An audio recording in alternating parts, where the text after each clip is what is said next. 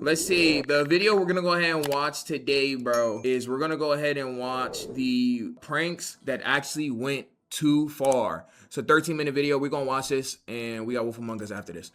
Timothy Wilkes. In January 2021, a 20-year-old named Timothy Wilkes wanted to make a prank video for YouTube. The idea was simple. He and a friend would run at strangers with butcher knives, pretend to rob them, and film their reactions. They went to a parking lot outside a trampoline park in Nashville. It was late at night, and they spotted a group of people hanging out. So Timothy ran at them with the knife out.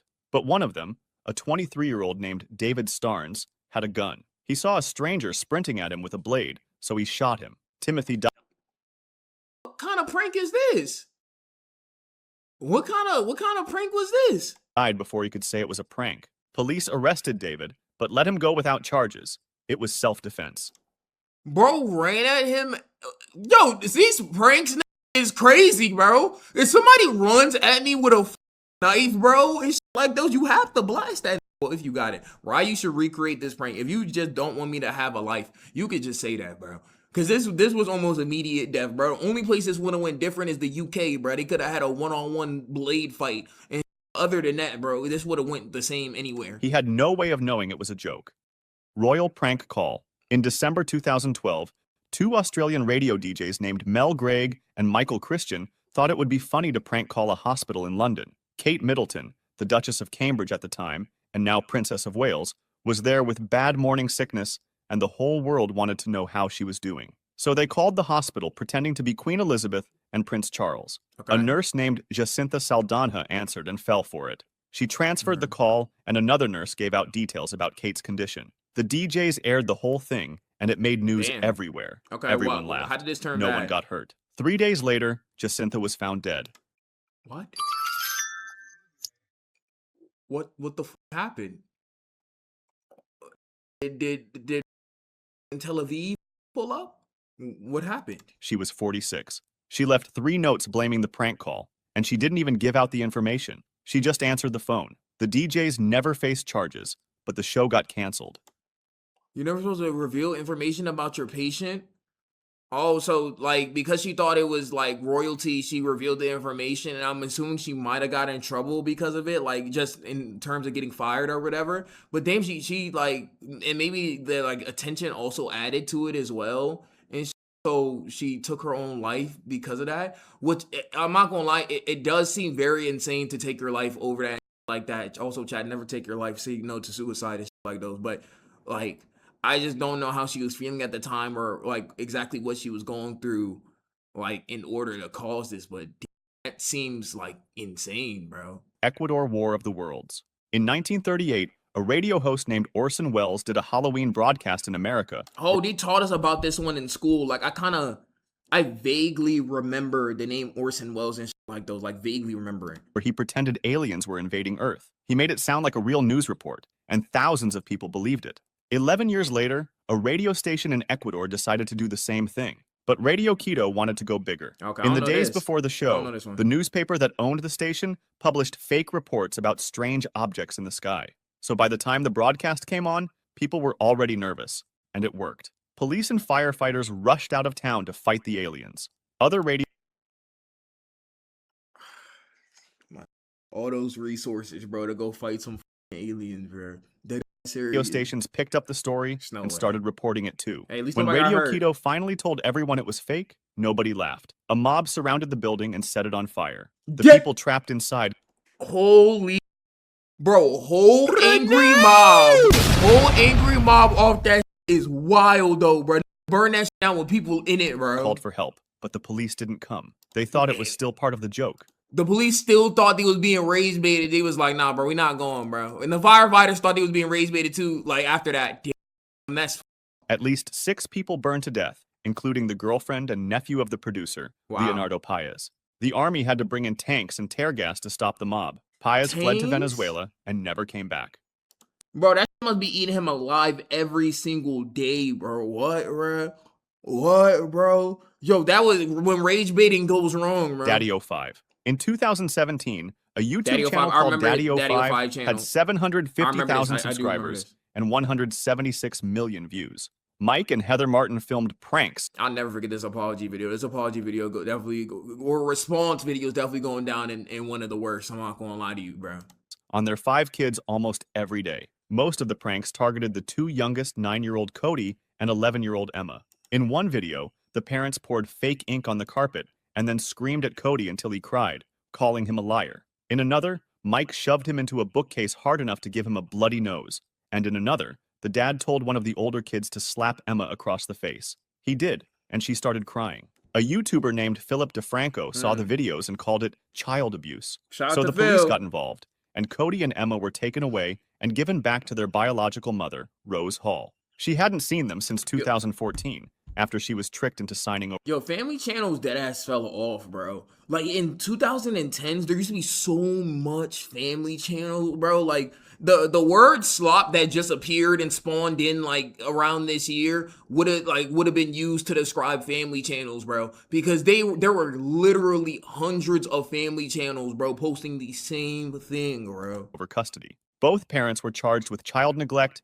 and got 5 years probation. They hired a PR firm to help with their apology video. Y'all remember when CJ So Cool gave his kids laxatives? I don't know if this is on there, but that one was a crazy story too. YouTube deleted the channel. The Martins tried to start new ones, but YouTube banned them again. But when Cody saw his real mom for the first time, he said he hated her. Mike and Heather had told him she threw him away like garbage, and Emma asked her mom for cheese because she wasn't allowed to have it at the Martins' house. Danny Santulli. In October 2021, an 18-year-old named Danny Santulli from Eden Prairie, Minnesota started his freshman year at the University of Missouri. He wanted to join a fraternity called Phi Gamma Delta, also known as Phi Gamma Delta, bro. I'm telling y'all, these fraternities, bro, there's about to be some hazing ritual type. Fiji. During the pledge process, Danny had already been hospitalized once after they made him climb into a trash can filled with broken glass. See, I'm not doing that, man. Yo, the fraternities, I've already like told y'all how I feel about them, but fraternities are so weird, bro. I'm not taking a broomstick up my butt cheeks and jumping in glass and getting covered in glass and dumpster juice just so I can be accepted by other men, bro. That doesn't even sound correct. The night of October 19th, Danny and the other pledges were told to take off their shirts. They were blindfolded. Hey, yo.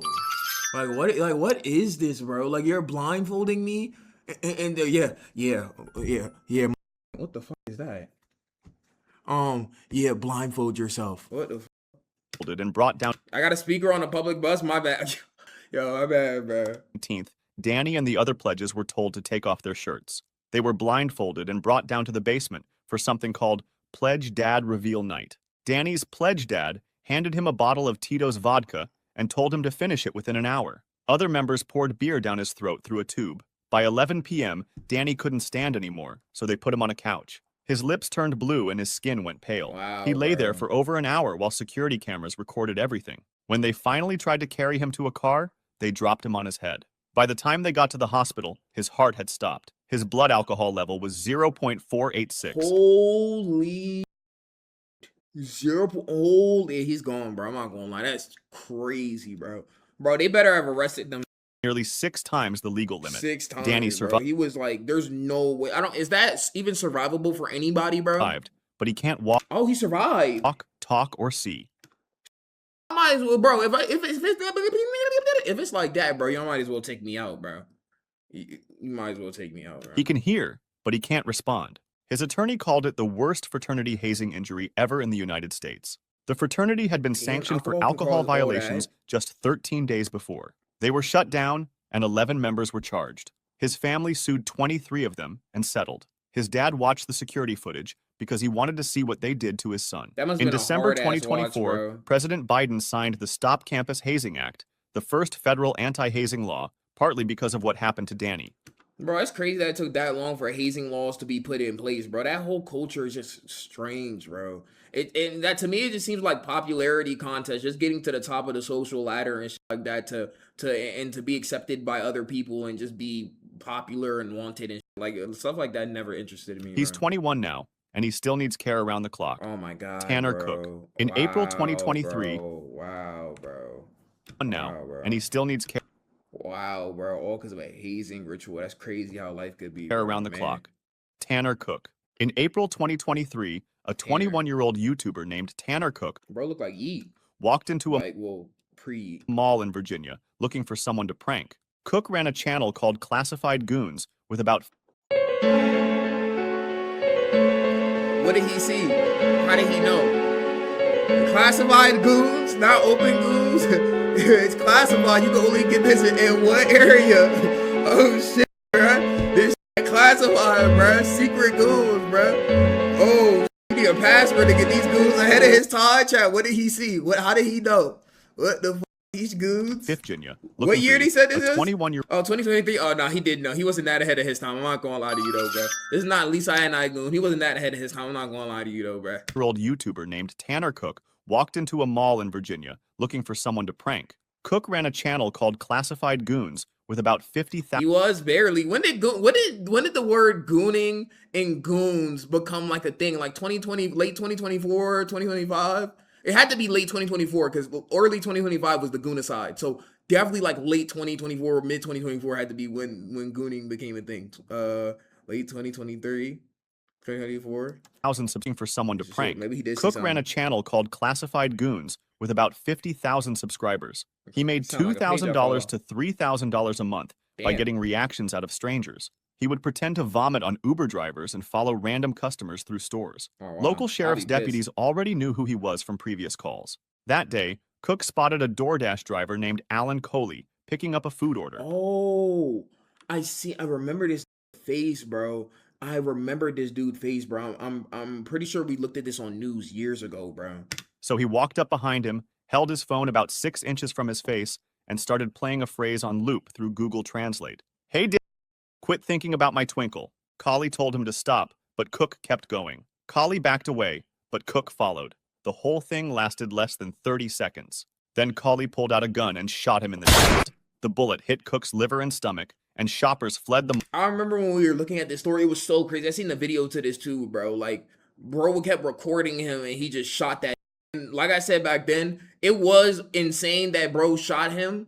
But to be honest, if you do around, you most likely will find out, bro. Like, he was like just doing way too much. I'm not gonna lie to you, bro. But not saying it was right for him to shoot that dude and shit like that. But I mean, like, don't be following that around though, bro. At the same time, mall thinking it was a mass shooting. Definitely Cook overreaction. Survived.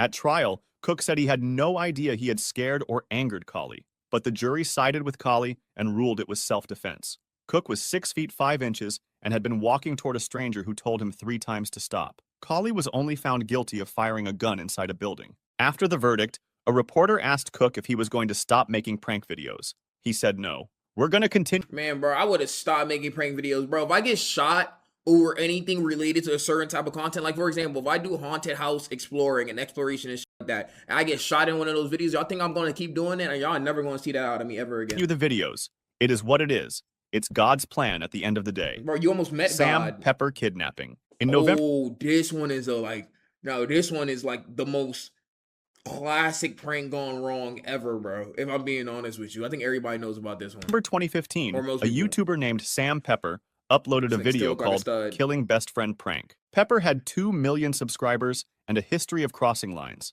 A year earlier, he groped women on the street for a video, and the LAPD... Yo, Sam Pepper, low-key, like, he's going to hell. I'm not gonna lie to you, bro. Like, those were crazy pranks, too. He would literally have a fake arm and grab women's butts and like those, like, literally dead. Like, I don't know how he got away with that for so long, bro. He opened an investigation after multiple women accused him of sexual assault, but he kept making videos.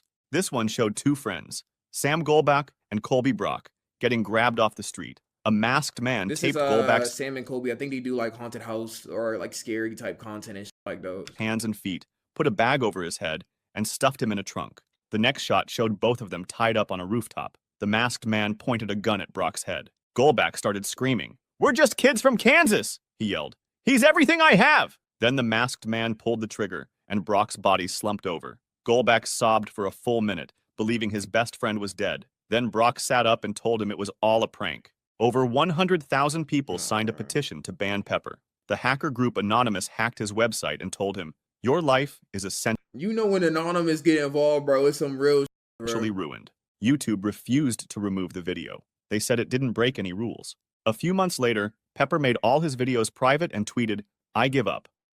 Reset toothpaste Oreo. He didn't give up, sadly. In January Reset 2017, toothpaste a Oreo. 19-year-old YouTuber in Spain named Kangua Ren got a dare from one of his followers. They asked him to replace the cream inside Oreos with toothpaste and feed them to someone. Ren, who went by Reset and had 1.2 million subscribers. Bro, it's crazy what used to go for YouTube. I'm not saying like of course I'm not saying I'm peak content or anything like that and shit like those, bro. 'Cause I just be doing like different reactions and Discord events and shit like those. But bro, imitating anime faces, 1.8 million views. Yo, like I'm not gonna hold, bro. That's like YouTube, OG YouTube. You could really do anything though, bro. Found a 52-year-old homeless man named Gorge begging outside a supermarket in Barcelona. Gorge had escaped dictatorship in Romania and spent time in a mental hospital before ending up on the streets. Ren gave him the cookies and about $24. While filming, Ren admitted he might have gone too far. Then he laughed and said at least it would help clean the man's teeth, since he probably hadn't brushed them since he became poor. Wow. Gorge threw up after eating the cookie. He later told a reporter he had never been treated so poorly in all his years on the street. Wow, when the bro. video blew up, Ren That's fucked offered up. the man's daughter $360 to not Man, what the $360 for no lawsuit? I could just sue you and get like $100,000, bro. What is you talking about? What the hell, bro? Gonna give me $360 bribery? Yeah, I'm not gonna lie. A lot of people do that, bro. They try to like pay somebody off to the side so they don't get sued. But bro, $360? file a lawsuit. It didn't work. He became the first YouTuber ever found guilty for a prank. The judge sentenced him to 15 months in prison, ordered him to pay $24,000, banned him from social media for 5 years. Why am I gonna take that little ass $360 when I get $24,000, bro? When asked why he did it, Ren told the court, "People like what is morbid." He made about $2,400 from that video. Scare tactics. In March 2002, the Sci-Fi Channel was filming the first episode of a new hidden camera show called Scare Tactics. The idea was to put people in horror movie situations and film them freaking out. They needed someone to scare. They found Cara Blanc. She was a grade school teacher in Los Angeles who also worked as a trained crisis counselor. Her friend Travis Draft told her he was taking her to a fancy Hollywood party, so she got in the car with Draft and another actor named Matthew Murtha. But Draft wasn't just a friend. Blanc had worked with him before on a fake documentary. On the way, the car broke down on a remote desert road. Then, an alien showed up. Draft and Murtha acted like they were being killed and told Blanc to run. So she ran through a dark canyon in the middle of nowhere while hidden cameras. I can already see where this is going, bro. I feel like she's gonna like injure herself in a crazy way off of this, bro. In this type of area, she's definitely gonna injure herself in a crazy way. Blanc ended up in the hospital multiple times, and the episode never aired. She sued for assault and emotional damage. The insurance company paid her off, but the show ran 10 more years anyway, calling itself Scaring People Safely since 2003. I'm not gonna lie, I thought it was gonna go a whole different way. I thought she was gonna run off a cliff. Honestly, I thought that it was gonna be like that. Balloon Boy. On October Balloon Boy, what the fuck? Oh, the hell, FNAF and IRL type? 15th, Scaring People Safely since 2003. Balloon Boy. On October 15th, 2009, a silver balloon shaped like a flying saucer floated across the sky in Colorado. Richard and Mayumi Heaney called 911 and said their 6-year-old son Falcon was trapped inside. The whole Never mind, bro. It's literally no point in even saying it if you're all thinking it. whole country watched live as the balloon drifted for 2 hours. Helicopters followed it. And when it finally landed near Denver International Airport, rescue teams rushed to open it. But Falcon wasn't inside. Everyone assumed he had fallen out and died. And then the family went back inside their house, and there he was, hiding in the attic the whole time. That night, the Heens went on Larry King Live. The host asked Falcon why he didn't come out when everyone was calling for him. The boy looked at his parents and said they told him to do it for a show. The next morning, the family went on the Today Show. Falcon threw up on live TV. Police looked into it, and the mother eventually confessed. The Heens had already been on Wife Swap and wanted their own show, so they What the f is Wife Swap? What kind of is this, bro? What is Wife Swap? faked the whole thing. Richard got 90 days in jail and had to pay $36,000. Richard got 90 days in jail. This is crazy though, bro. Like this is a crazy. Like they literally wasted so much resources for like absolutely no reason, bro. For absolutely no reason, though, bro. That's ridiculous. Had to pay $36,000. Mayumi got 20 days. Their 3 sons, including Falcon, had been in on it the whole time. Corb forehead tattoo. On November 29th, 2000, a DJ at a hard rock station called Corb in Iowa went on the air with an offer.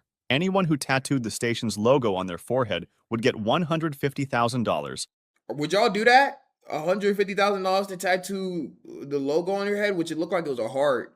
But bro, I'm not gonna lie, bro. That's there for life, bro. I'm not gonna lie, bro. I know you could remove like tattoos and like at that time, probably not, bro. Oh, I don't even know what year they said, but like still, bro, I'm not doing it. Paid out over 5 years. David Paid out over 5 years. No, I'm definitely not doing it. What the heck? Winkleman heard it and called his stepson, Richard Goddard. They called the station to make sure it was real. They said it was. So they went to a tattoo parlor and got the station's logo permanently inked across their foreheads. 93 Rock and Quad City. Wow. Oh no, that was a tattoo. Hell no.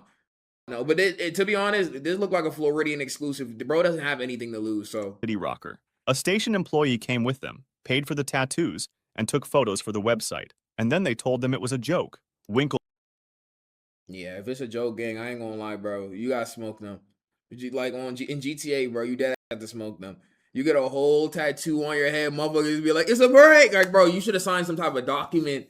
They had a lawyer involved, bro. Holy shit, right? Holy, you get a whole forehead tattoo. It's a prank, by the way. Like, nigga, what?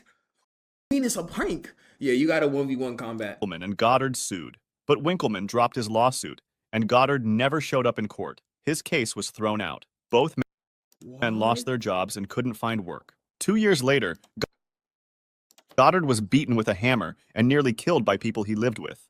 He'd been made fun of constantly over the tattoo, and in 2010, Winkleman was arrested on an unrelated charge. His mugshot went viral. Their life is ruined. Like their life just is over. Like their life just went downhill after this, and then the other people never face any consequence. I don't like condone any sort of smoke towards people or anything like that. You feel me? But if this happened and they throw out my case, we is calling the best. I'm calling Sakamoto Taro on these, bro. We calling the best in the game, bro. You feel me? Like we calling them, bro. It's just like some type of get back. It needs to be had. Yes, all of us. Viral. He still had the tattoo. 10 years later, on an unrelated charge. His mugshot went viral. He still had the tattoo. 10 years later. The station had changed its name 6 years before that. Moonanite Panic. And they changed their name, bro. Yeah, that one is actually really up. And the justice system did nothing for them. Like they literally just had that tattoo on their forehead, couldn't find work after that, and life was just over. They even got beat up because of the tattoo. That's tough. Moonanite Panic. On January 30th, the station had changed its name 6 years before that. Moonanite Panic. On January 31st, 2007, a commuter in Boston spotted something strange stuck to a beam under Interstate 93. It had wires, batteries, and blinking lights. A bomb? So he told the police, and they called the bomb squad. Over the next few hours, they found nearly 40 more of them around the city, on bridges, overpasses, and subway stations. What the f? Motherfuckers in Gotham? Yo, I ain't gonna hold if so obviously it's not really a bomb. Somebody's pranking on some shit. But bro, if there were 40 of these joints just posted, bro, just blinking, and they were actual bombs, they have the actual like Riddler through this bit, bro. They have the actual Riddler through this bit, bro. I'm telling you, it's actually Gotham. So they shut down I-93 and closed the Longfellow Bridge. The Coast Guard stopped all boat traffic on the Charles River, and then they figured out what they were looking at. The devices were LED signs, about the size of a light bright toy. They showed a cartoon alien giving the middle finger. It was a character called a Moonanite from the Adult Swim show Aqua. Oh, I do remember these joints, bro. I do. I haven't seen Aqua Team Hunger Force in like over a decade, bro. Yo, I do remember these joints. That's crazy. So basically everybody's day was ruined. Commutes were ruined. Like everybody's day was just affected because of somebody trolling. Teen Hunger Force. A marketing company had hired 2 local artists to put them around the city to promote an upcoming movie. Except the same signs had been put up in 9 other cities, including New York, Los Angeles, and Chicago. They had been up for weeks, and nobody else called the bomb squad. In the end, Cartoon Network had to apologize, and the head of the network resigned. Cartoon Network got to do with this. The 2 artists got arrested, though the charges were eventually dropped. Boston was the only city that panicked, and it cost them $2 million to find out it was just a joke. $2 million prank is crazy. If you'd like, bro, like imagine, bro, that's a lot of money, bro. That's crazy, bro. That's crazy, bro. That was a good video, though. That was pranks that actually went too far. Definitely the one where they tattooed joints on their forehead and then got nothing for it. They got lied to. Their life went downhill. They just got beaten up, went to prison, never got a job. Like, that one was probably the worst, like the worst in terms of like effect. Well, some people, a couple people actually like kind of like passed away and got injured off their. So, you know, maybe not the like worst, but definitely I feel really bad for them niggas. I ain't gonna lie to you. But anyways, we're gonna put those on the live channel. If you are watching this video on the live channel, Twitch Blue Ryai in the description. Come to the stream and check those. But yeah, IBBG. This time he remained in his seat for nearly 23 hours without pause. Other patrons noticed him shifting uncomfortably, rubbing his chest, but he kept on playing. As the morning turned into afternoon, his body weakened.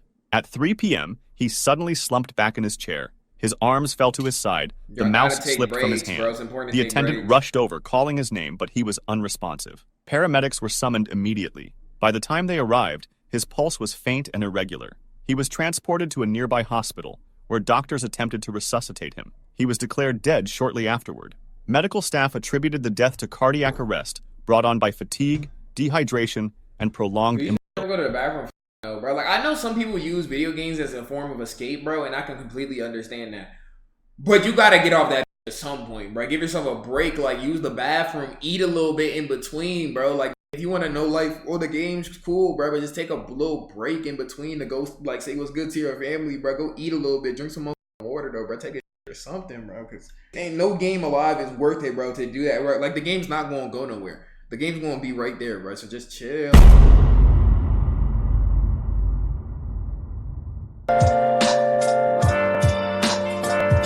Where have you been? This video is called The Worst Gamer Deaths Ever. We've been watching a lot of death-related content. I think it's time to take it up a notch. So we're going to be reacting to Live Leak on stream, chat. We're going to be reacting to Live Leak on stream. Live on stream. First streamer to react to Live Leak live on stream right now. Let's go ahead and watch Live Leak. No, I'm kidding, by the way. If you're watching this on the tube, Twitch Blue Ryai in the description. We're going to go ahead and see how gamers went out in like those. They got a whole bunch of games. Who the died playing Wii Fit? How did that happen? But regardless, though, let's go ahead and get into it, though, bro. Let's get into it. The StarCraft incident. The StarCraft incident, man. On August 5th, 2005, 28-year-old Lee Sung-seop entered an internet cafe in Daegu, South Korea. He ordered a soda, logged into StarCraft, and began playing. What is StarCraft? Hours turned into days. Witnesses said he rarely moved from his chair, taking only short breaks to the toilet. By the second night, he had been at the keyboard for nearly 50 hours. His posture sagged, his eyes bloodshot, but he kept clicking. The cafe manager urged him to stop, but Lee shook his head and loaded another match. At dawn on the third day, he suddenly collapsed.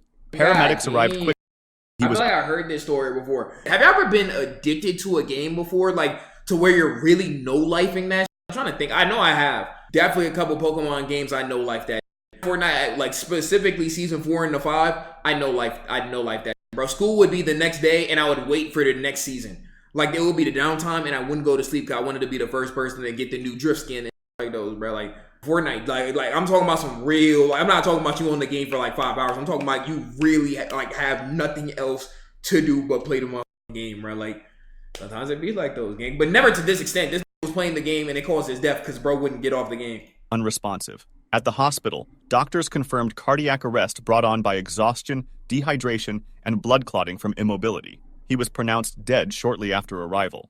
The Pokemon electrocution. On July 9th, 2017, in Iloilo City, Philippines, a 12-year-old boy was playing Pokemon Go with friends. They wandered near a construction site while searching for digital creatures.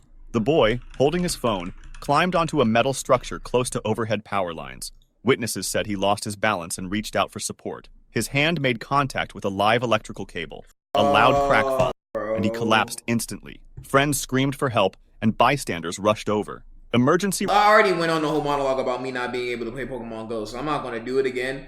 But, bro, was it really this deep, bro? But to be honest, people were doing Pokemon Go at the church. People will go to church just to catch the rare Pokemon at Pokemon Go. And this is just Gen 1. People really was ready to take it there. I think Pokemon Go was like the last, like one of the last big mobile games. Like giant. I'm talking about huge, bro. Emergency responders arrived quickly, but the boy showed no signs of life. He was pronounced dead from electrocution. Authorities confirmed that he had been distracted by the game, which led him into a dangerous area. The accident was covered by local news outlets and cited as part of a series of Pokemon Go-related fatalities worldwide, where players, focused on the screen, entered dangerous environments. The Minecraft incident. That's crazy. I wonder, bro, going into radioactive areas, power plants, jails, just to catch Onyx or something. July 9th, Minecraft incidences, this could be like 30 different discussions that we have, bro. 2015, a 17-year-old boy entered an internet cafe in Pampanga, Philippines. He logged into Minecraft and began what became a marathon session. Witnesses said he played for almost 3 straight days, taking only brief naps at the desk. Staff grew concerned. 3 days and you ain't beat the Ender Dragon? What the God, bro was doing hardcore survival extreme, man. What the 3 straight days, bro? And you ain't beat the Ender Dragon, man. I'm not gonna like me would have been beat that. I'm not gonna cap game. Was you doing creative? I'm not even trying to make fun of bro or nothing like those, but like me would have been done. They noticed he had not eaten properly. Yeah, I'm lying. It would have took me a couple more days, but I know life in Minecraft is insane. And had barely moved from his chair. On the 3rd day, as he leaned forward to type, his body went limp. He collapsed onto the keyboard and did not get up again. Friends called for help, and staff attempted first aid. Paramedics arrived, but pronounced him dead at the scene. Damn. Local doctors later cited cardiac failure linked to severe exhaustion and dehydration after continuous gaming. The Call of Duty... Chat, don't let these games do that to you, bro. There's no game on this planet that warrants being on there 3 days straight, no sleep, except GTA 6. But regardless, we'll get to that when we get to that. I actually don't do that because I can tell there's going to be somebody out there, unfortunately, sadly, that is going to no-life GTA 6 and pass away. I'm not manifesting that. I just know it's going to happen. Mark my words. Somebody clip this right now. When GTA 6 comes out, somebody's going to no-life it so hard that they pass away from complications, bro. It's just going to happen. I'm not going to lie, bro. But RIP to that person in advance, bro. Swatting. On December 28th, 2017, 2 Call of Duty players in the United States got into an online argument over a $1.50 wagered match. One player, Casey Viner, asked another, Tyler, $1.50 wager? Gang, y'all wagering nothing. Like, yo, wagers used to really be like that. It used to be wagering like at least like 20, gang. 20, bro. You're wagering $1.50. Wagering lunch money? What the Barris to swat his opponent by calling police to his address. Barris dialed 911 in Los Angeles and reported a fake hostage situation in Wichita, Kansas. The address he gave was not his rival's, but belonged to 28-year-old Andrew Finch, who had no connection to the dispute. Police surrounded Finch's home. When he opened the door, officers ordered him to raise his hands. Confused, he moved slightly, and an officer fired a single shot. Finch was killed instantly in front of his family. The case shocked the gaming world. Barris was later sentenced to 20 years in prison. Bro, that's why swatting is so lame, bro. Y'all know, chat, I've had people try to, not swat me, but people tried to dox me, but they ended up doxing another house. And bro, I couldn't imagine what those people are going through, bro. Just being in a house and then random pizzas or random getting called to your house, the police getting called to your house, and like those. Like, that's so lame. Like, you're making other people who have nothing to do with this online, bro, go through things, and this lost his life for it. But after this case, what I will say is they took swatting like a lot more serious though, bro. If you swat it now, bro, like your chances of you just getting away from it and you being good, bro, are just low as I'm not gonna catch you. Like, this really like woke up, but some people will still be doing that swatting. If you swat, you're a lame. I'm just gonna be honest with you. Viner received a shorter sentence. The Wii Fit incident. On December 28th, 2009, 25-year-old Tim Eves, $1.50. It's like, what the Tim Eves from Sittingbourne, Kent, received a Nintendo Wii Fit as a Christmas present. Excited to try it, he began using the console's fitness programs on Boxing Day. Family members later reported that he exercised intensely for several hours with the balance board and aerobic mini-games. That evening, after finishing a workout, he complained of chest pains and shortness of breath. His mother urged him to rest. Minutes later, he collapsed in the living room. Paramedics were called immediately. Despite resuscitation attempts, he was declared dead at the scene. An inquest found that Tim had suffered a sudden cardiac arrhythmia. Though rare, doctors noted that strenuous physical activity can sometimes trigger fatal heart irregularities in young adults. He overworked himself, he really dead overworked himself on Wii Fit, bro. That's unfortunate, bro. The case was widely reported in the UK as the first known death linked to Wii Fit activity. The Counter-Strike incident. On February CS:GO, 26, again, another game that's had like 30 incidences, bro. Depends on what you're talking about. 2010, in Chongqing, China, two men in their 20s sat in an internet cafe playing Counter-Strike. They began to argue over... Also, this is very crazy that there's internet cafes. Like in other countries like Korea and in China, there's internet cafes. And I'm pretty sure there's probably some in the United States somewhere. But there's internet cafes where they just go to play games and shit like that. Like, especially South Korea, that's just regular. That's kind of cool. But a lot of these devs are in internet cafes. Their 20s sat in an internet cafe playing Counter-Strike. They began to argue over strategy and insults in the game. Witnesses said the argument grew heated, with both shouting loud enough to attract attention across the room. One man stood up and pushed the other. Staff intervened and briefly separated them, but the fight continued outside the cafe. The aggressor grabbed a knife and stabbed his opponent multiple times in the chest and abdomen. Bystanders called for help, but the victim collapsed on the pavement before paramedics arrived. He was pronounced dead at the scene. Police quickly arrested the attacker, who admitted to losing his temper during the argument. The killing... After like really like seeing how some talking voice chat and be talking all crazy online, some of these actually are insane, like mentally, like not all the way there, bro. Did it and was like, yeah, I might have lost my temper, you know, that's my bad, you know, sometimes I can get a little angry, like, bro, you needed help, bro, and you do need help, but they gonna motherfucker you in prison though, bro, sorry. Widely reported in Chinese media as another example of internet cafe disputes turning deadly. Local authorities used the case to highlight the growing problem of violence connected to online gaming in public spaces. The GTA incident.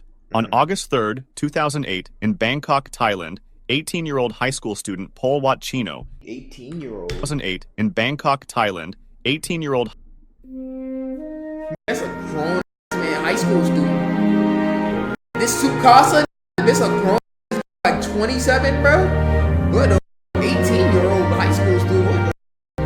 Yo, this one of them in school, bro, that just the biggest in school, you just don't want to put that though, bro. High school student Pol Wat Chino hailed a taxi late at night.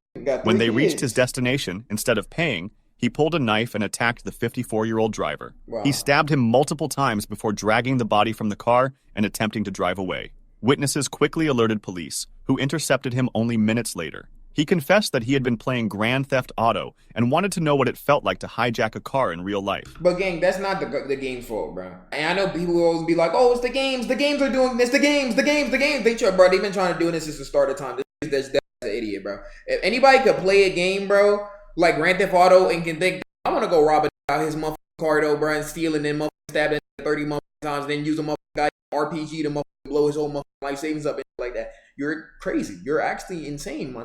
Been playing Grand Theft Auto and wanted to know what it felt like to hijack a car in real life. Investigators said he showed no signs of intoxication or mental illness, only fixation on the game. The teenager was charged with murder and robbery. He was convicted and sentenced to life imprisonment. Thai authorities responded by temporarily pulling copies of Grand Theft Auto 4 from store shelves, citing the killing as evidence of dangerous influence. The crime received international coverage and became one of the first game-inspired homicides. Bro, that's like if I played Fortnite and then one of my homies got shot, and I'm over here talking about some...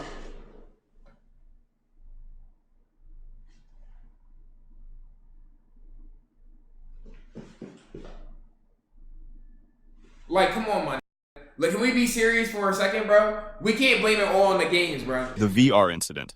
On December 21st, 2017, a 44-year-old man in Moscow, Russia, was at home using a virtual reality headset. He moved through his apartment while immersed in the game, unaware of obstacles around him. Investigators later determined that he stumbled while playing and crashed directly into a glass table. The impact shattered the surface, slicing deep into his body.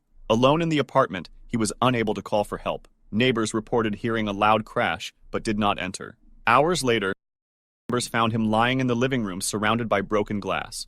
He had bled to death from severe wounds to his head and neck. Moscow authorities confirmed the accident, noting that it was one of the first recorded cases of a fatality linked directly to the use of a VR headset. Somehow the unusual with VR headsets, they be like hidden or they be falling, but like circumstances attracted international attention, with headlines highlighting the hidden dangers of playing immersive games in unsafe environments. The World of Warcraft incident. On February 1st, 2007, a 26-year-old man walked into an internet cafe in Guangzhou, China. He sat down, opened World of Warcraft, and began to play. Witnesses later said he barely spoke, only pausing for instant noodles or brief toilet breaks. Day 1 passed, then Day 2. He He remained in the same seat, eyes fixed on the screen, fingers steady on the These mouse. internet cafes By the be- third day, movement slowed. At 10 a.m., he suddenly slumped forward onto the desk. Other customers thought he had fallen asleep. After several minutes without motion, staff went to check. They shook his shoulder, but he was limp. An ambulance was called. When paramedics arrived, he showed no pulse. Doctors at the nearest hospital Dude, these cafes not closed? Obviously not. declared citing I know cardiac they got arrest food in these cafes, bro. Just too locked in. linked to extreme exhaustion and dehydration after 3 days of continuous gaming. The Halo Incident. On October 20th, 2007, in Wellington, Ohio, 16-year-old Daniel Petrick argued with his parents after they confiscated his copy of Halo 3. They had locked the game in a safe, believing he had become dangerously addicted. While they were out, Daniel discovered where the key was hidden and retrieved both the game and his father's pistol. When his parents returned, he confronted them in the living room. He asked them to close their eyes, saying he had a surprise. Instead, he raised the pistol and fired. His mother, Susan, was killed instantly. His father, Mark, was shot in the head, but survived. Daniel attempted to frame his father by placing the gun in his hand. Paramedics arrived quickly and saved him. Daniel was arrested and later sentenced to 23 years to life in prison. Now you're not playing Halo, man. Bro did that over Halo 3 game. Halo 3 is a good game, mind you. But bro, seriously, you literally was going to execute both your parents over a game, man. 23 years isn't long enough, to be honest, right? The case shocked the United States, raising questions about violent video games and teenage obsession. The Pokemon Cliff. On September 7th, 2000. Yeah, I'm not gonna lie, bro. The way they want to talk about taking away games, bro, you think that there would be like a larger conversation with guns and like those. I'm not gonna hold, bro. I'm not even on that tight time where I'm just like, take away all guns and like those, but I'm just saying with how much video game conversation there is, bro. And I'm not to say there's no conversation on gun control or anything like that, but with how much video game conversation is and like those, we should also be asking a couple more questions. Like when we see some of these school incidents happening and like those, bro. I'm gonna just keep it a stack, bro. The Pokemon Cliff. On September 7th, 2016, two men in Tokushima Prefecture, Japan, were playing Pokemon Go along a coastal path. The mobile game, which used GPS... You ain't taking my... You named Texas Red 1876. Yeah, you got it. I'm not gonna hold it. I know you got a bolt action sniper rifle in your back pocket right now. Hey, bro, keep your shit, bro. You good, gang. You good, bro. What's your shit, bro? I'm not gonna lie, though. Go hit the mo. And now they tell me I should stop. Take it backwards to my face, they on my cup. Shorty ain't on your way, she on the way to... It's a lot of lust, not a lot of love. Like, you got it, gang. You cool, bro. You got it, gang. The mobile game, which used GPS and augmented reality, had become a global sensation only weeks earlier. Players often followed the app into unfamiliar areas while chasing virtual creatures. That afternoon, the men, aged 21 and 22, walked together while staring at their phones. The trail narrowed near a steep drop overlooking the sea. Based on the screen, they failed to notice the edge. Both fell from a height of more than 65 feet. Emergency responders were called immediately by nearby witnesses. One of the men was found alive but badly injured. The other was discovered at the base of the cliff, unresponsive. He was declared dead at the hospital a short time later. Japanese authorities urged players to pay more attention to their surroundings, and the case received wide coverage in national and international media. The League of Legends incident. Your Pokemon Go is really like, it really changed lives though, bro. What the bro? On November 14th, 2012, a 23-year-old man entered an internet cafe in Wuhan, China. These internet cafes in China, bro, don't play behind it, bro. Like, you're at an internet cafe, though, bro. Really be ready to take you there, because what the terminal, logged into League of Legends, and began to play. Staff said he had been a regular customer, sometimes staying for long sessions, but this time he remained in his seat for nearly 23 hours without pause. Other patrons noticed him shifting uncomfortably, rubbing his chest, but he kept on playing. As the morning turned into afternoon, his body weakened. At 3 p.m., he suddenly slumped back in his chair. His arms fell to his side, the mouse slipped from his hand. The attendant rushed over, calling his name, but he was unresponsive. Paramedics were summoned immediately. By the time they arrived, his pulse was faint and irregular. He was transported to a nearby hospital, where doctors attempted to resuscitate him. He was declared dead shortly afterward. Medical staff attributed the death to cardiac arrest, brought on by fatigue, dehydration, and prolonged...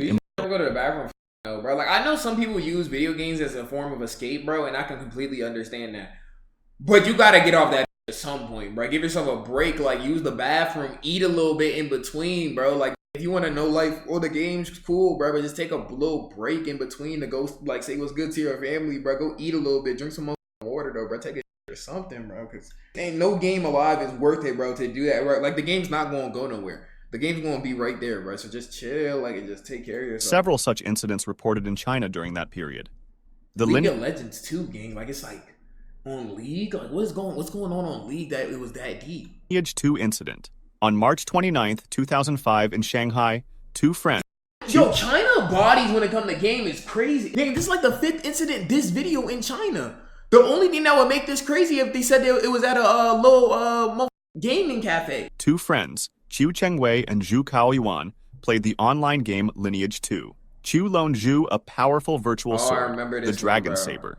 Weeks later, Zhu sold it for 7,200 yuan without permission. Furious, Qiu demanded its return. When Zhu refused, Qiu reported the theft to police. At the time, Chinese law did not recognize virtual property as real, and no charges were filed. On the evening of March 29th, Qiu confronted Zhu in person. The argument escalated into violence. Qiu drew a knife and stabbed Zhu repeatedly. Zhu died from his wounds. Qiu was arrested at the scene. In June 2005, he was convicted of murder and sentenced to life imprisonment with the possibility of parole.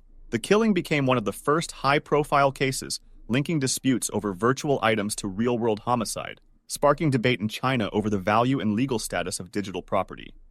The Pokemon Train. On August 23, 2016, in Tokushima Prefecture, Japan, a 39-year-old truck driver was driving on a rural road while playing Pokemon Go. Distracted by the game. I feel like we just heard about this one in like the craziest motor incidents. Like, we just watched this video not too long ago. I think it's that one. Game, he failed to see two women crossing at a rail. Oh no, this is a whole different one. Yo, Japan, what's the f going on, man? Because I just heard about an incident where a guy like hit by a truck, like it was Pokemon Go related. This is a whole different one, man. Intersection. The truck struck both pedestrians. One woman, aged 72, died instantly. The second, aged 60, was rushed to hospital with critical injuries and died shortly afterward. Witnesses said the driver never braked before impact. Police arrested the man at the scene. He admitted he had been playing Pokemon Go behind the wheel. Prosecutors charged him with dangerous driving resulting in death. The case made national headlines in Japan, where the government had already issued public safety warnings about the game. Following the tragedy, Niantic, the game's developer, added new warnings for players not to use the app while operating vehicles. Isn't it crazy that you gotta tell not to drive in game, bro? Despite the changes, the Tokushima crash remains one of the deadliest incidents linked to mobile gaming distraction. If you enjoyed this video... That was a good video, bro. I'm not gonna hold. Yeah, bro, these games really don't be worth it, bro. Now, I'm not saying waste your life, but why are you going to actually, like, take yourself out, bro, over a game? Like, if anything, wouldn't it be better to be able to play the game instead of, like, passing away before you can really finish the game, realistically? I don't know, though, bro. Anyways, though, if you're watching this on the main channel, Twitch will provide in the description. Y'all let me know what y'all think about these video games. That's the RP to everybody affected in this video, bro. Be safe in these videos, and when GTA 6 comes out, bro, take a shower, man. Wash your I don't know, bro. But yeah, IBBG. Alright.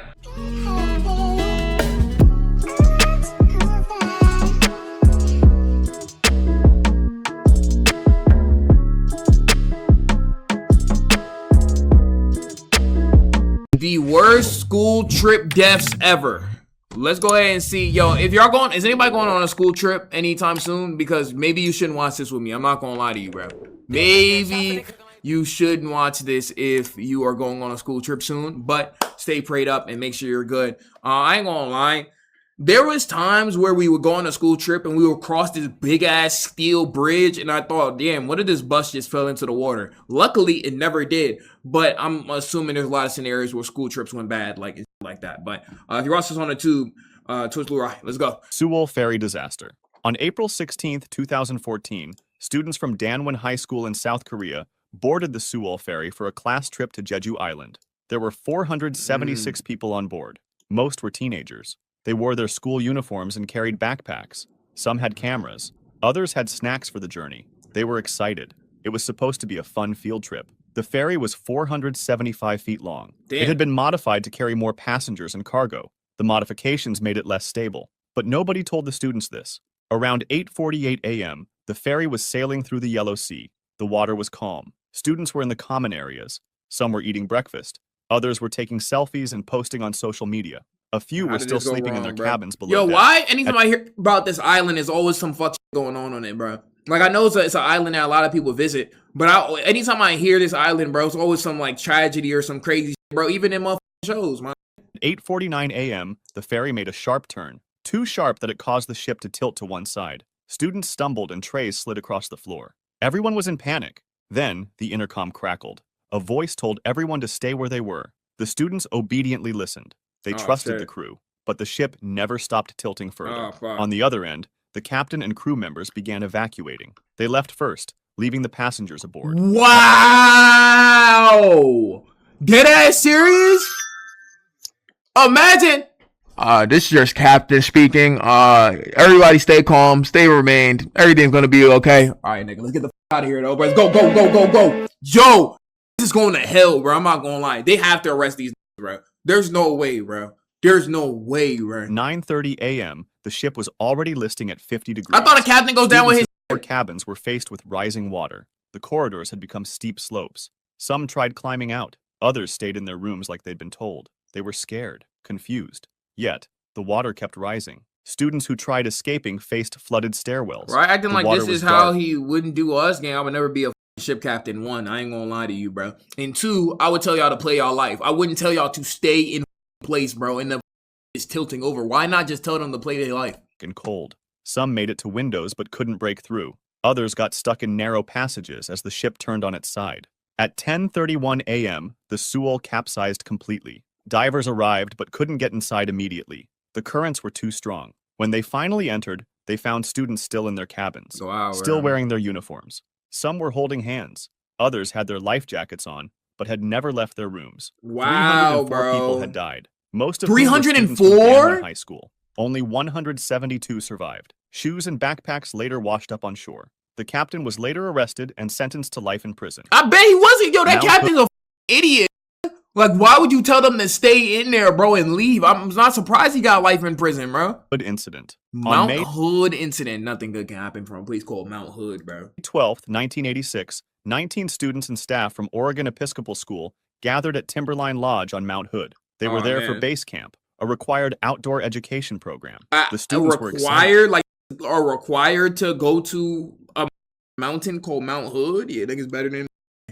Most had never climbed a mountain before. The group included Yo, y'all doing it for a grade? I'm not. The weather forecast Just fail me, looked nigga. good. They planned to climb to the summit and back in one day. The morning was clear and cold. Students wore field jackets and You been carried here, Kanye? backpacks. Some joked and laughed as they hiked. Others were quiet, focusing on the climb ahead. By afternoon, they'd reached higher elevations. The weather was still clear. Everything felt perfect. Then suddenly the conditions changed. Clouds rolled in fast. Wind speeds increased. Visibility dropped. What had been a clear mountain became a white wall of blowing snow. The group tried to descend, but the whiteout made navigation nearly impossible. They couldn't see more than a few feet ahead. The wind was so loud they had to shout to hear each other. The temperature was dropping. Students huddled together trying to stay warm. Some were already. The wind was loud. Have you ever been outside, seen the wind blow like you could hear the wow? That's not the sound I meant to make. I'm gonna just play the video. Showing signs of hypothermia, shivering, confused, moving slowly. The leaders tried to radio for help, but the storm interfered with transmission. Their calls didn't get through. Night fell.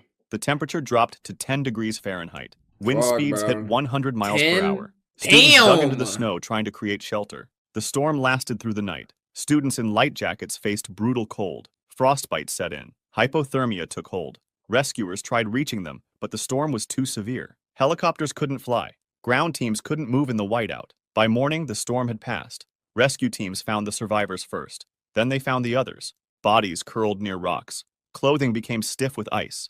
Some students had been only yards from safety, but couldn't see through the storm. 9 people died. 7 students and 2 adults. They froze to death on a school trip that was supposed to teach them outdoor skills. Man, Yanga bro, I know be like, oh, well, why wouldn't you do this? Like, it's a moment for exploration and getting out your comfort zone.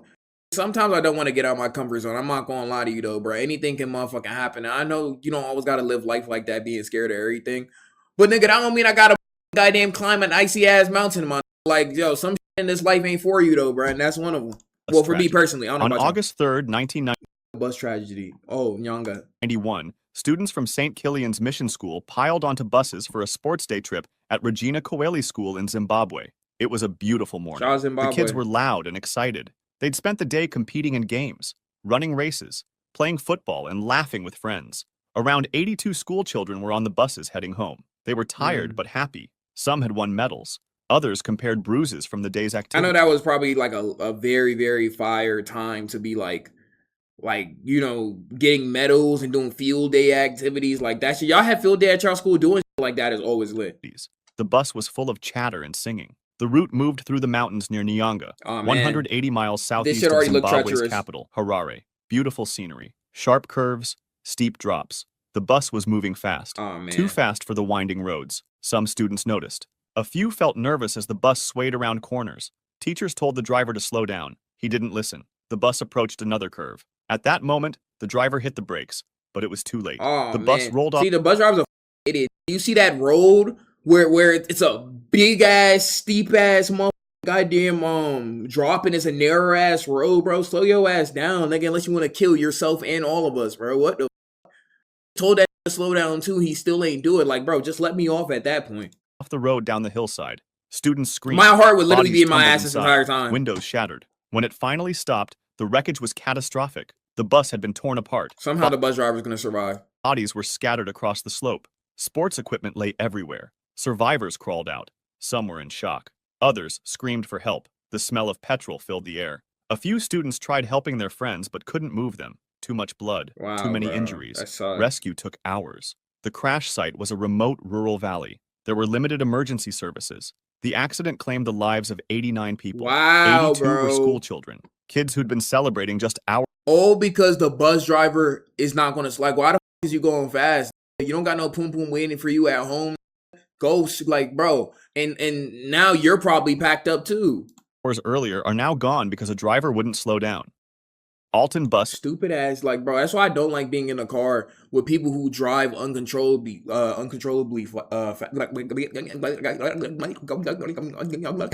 uncontrollably fast. You feel me? I don't want you to play with my life, man. I'm gonna be honest. So just let me out the car at that point. Incident. On September 21st, 1989, students in Alton, Texas boarded their school bus in the morning. It was a regular day. Junior and senior high school students heading to class.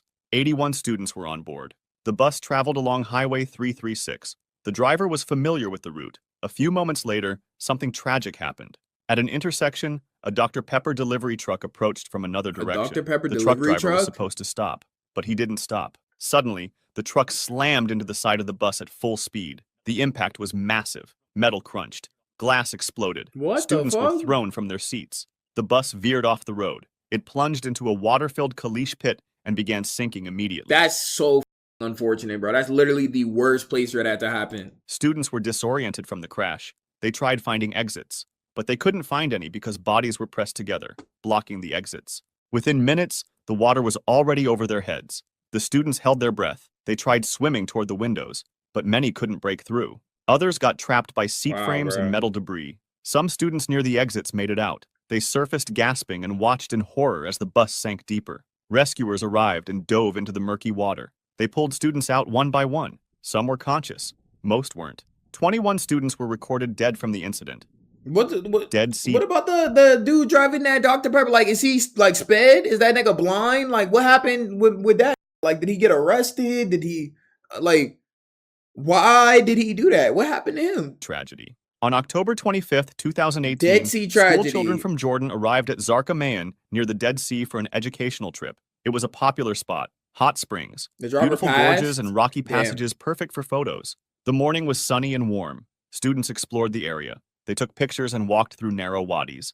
These were dry riverbeds carved through rock. But the students didn't know that wadis can become death traps in minutes. Around midday, students were posing for group photos in a narrow gorge. Teachers supervised. Everyone was relaxed, happy. Then someone heard a noise, a sound like distant thunder. Within minutes, it grew louder. Then a wall of brown water came roaring through the gorge. It was a flash flood moving at incredible speed. It was Holy 6 feet high. Nigga, heart in my ass, bro. You just standing and you just hear a rumble and just see a bunch of brown water moving faster than you can run. Yeah, I'm not gonna lie, gang. It's over. Carrying debris. Rocks, branches, everything in its path. Students screamed and tried running, but there was nowhere to go. The gorge walls were too steep. The water was too fast. It hit them like a truck. They were swept off their feet. Teachers grabbed at children, but the current was too strong. Bodies tumbled in the churning water. Some All clung these to rocks, rocks. bro. Others were carried downstream. The water kept coming, wave after wave, brown and violent. You gotta hope Students that who you cling to a rock, bro, because if you going all the way downstream, it might be over, bro. grabbed onto something watched their friends disappear in the current. Some students managed to climb higher on the rocks. Others weren't fast enough. The flood swept them into wider channels, bashed them against boulders, Fuck. pulled them under. Rescue teams arrived, but the flood was still raging. They couldn't reach everyone. They watched helplessly as students were carried away. Parents arrived at the scene. The sounds of mothers crying mixed with rushing water. When the flood finally subsided, rescuers found bodies scattered along the wadi. Some were miles from where they started. Others were buried in mud and debris. 21 people died. That Most sucks, were bro. school children, killed by water that came from storms they never saw. A sunny Yeah, it's probably a lot of water. Some of them probably not even tall enough for that water, day bro. turned into a nightmare in seconds. Parktown Boys tragedy. That sucks, though, bro. That sucks, bro. You'd have to be really lucky to get a rock on time, bro. On January 15th, 2020, grade 8 students from 2020. Parktown Boys High School in South Africa arrived at Nayati Bush and Riverbreak Lodge for orientation camp. It was supposed to build teamwork and help new students bond. The camp was near the Crocodile River. One of the activities required students to build rafts and cross the river. The students were excited. It felt adventurous, like something from a movie, until it became something else. 13-year-old Enoch Mpianzi was among them. He helped build a raft with his group. They tied logs together and tested the ropes. Teachers and camp Enoch. staff supervised them. The river looked calm. Brown water moved slowly. Students didn't know the current was stronger than it appeared. The Aw, groups man. pushed their rafts into the water. Some rafts were more stable than others. Enoch's raft looked wobbly, but they launched anyway. The raft made it a few meters from shore. Then it started tipping. Students tried balancing, Oh, man, that but raft the was raft not on flipped. time, man. At that moment, they fell into the brown water. Most of them surfaced quickly, grabbed onto logs, and started swimming. Teachers on the bank shouted instructions, but Enoch didn't surface. Students looked around for him, called his name. Nothing. The water was too dark to see below the surface. Wow, They started wow. searching. Students on the bank watched in growing panic. Yeah, Where was Enoch? this is Rescue like a efforts crazy, began, but crazy they were scenario. slow. The camp didn't have proper emergency procedures. No lifeguards, no immediate rescue equipment. Minutes passed. Y'all making do rafts in brown water with no type of safety equipment or lifeguards or nothing, bro. This was already like bound for tragedy, man. Like, I'm not gonna hold. Then an hour. Other students were pulled from the water, but not Enoch. His classmates stood on the bank wrapped in towels, shivering, crying. They'd just watched their friend disappear. The next day, his body was found. Downstream. He Wow. drowned. He wasn't wearing a life jacket. Kerala bus I feel like incident. anybody who, like, bro, you're making us make rafts and test them in the water with no life jackets. Yeah, bro, just take me back home. On October 5th, 2022, students from Kerala, India boarded a private tourist bus for a school outing. India and buses. Yo, I heard India has some of the craziest roads in history. Like, bro, I seen a video of India, like, roads and driving. That shit look crazy, bro. India roads. Hold on, bro. Let me see some of this shit, bro. I couldn't. That's one place I don't think I would ever, like, drive, bro.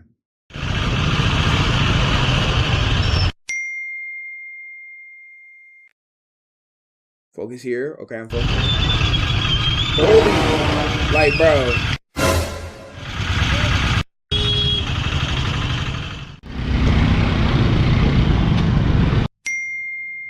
Focus on this biker. Oh.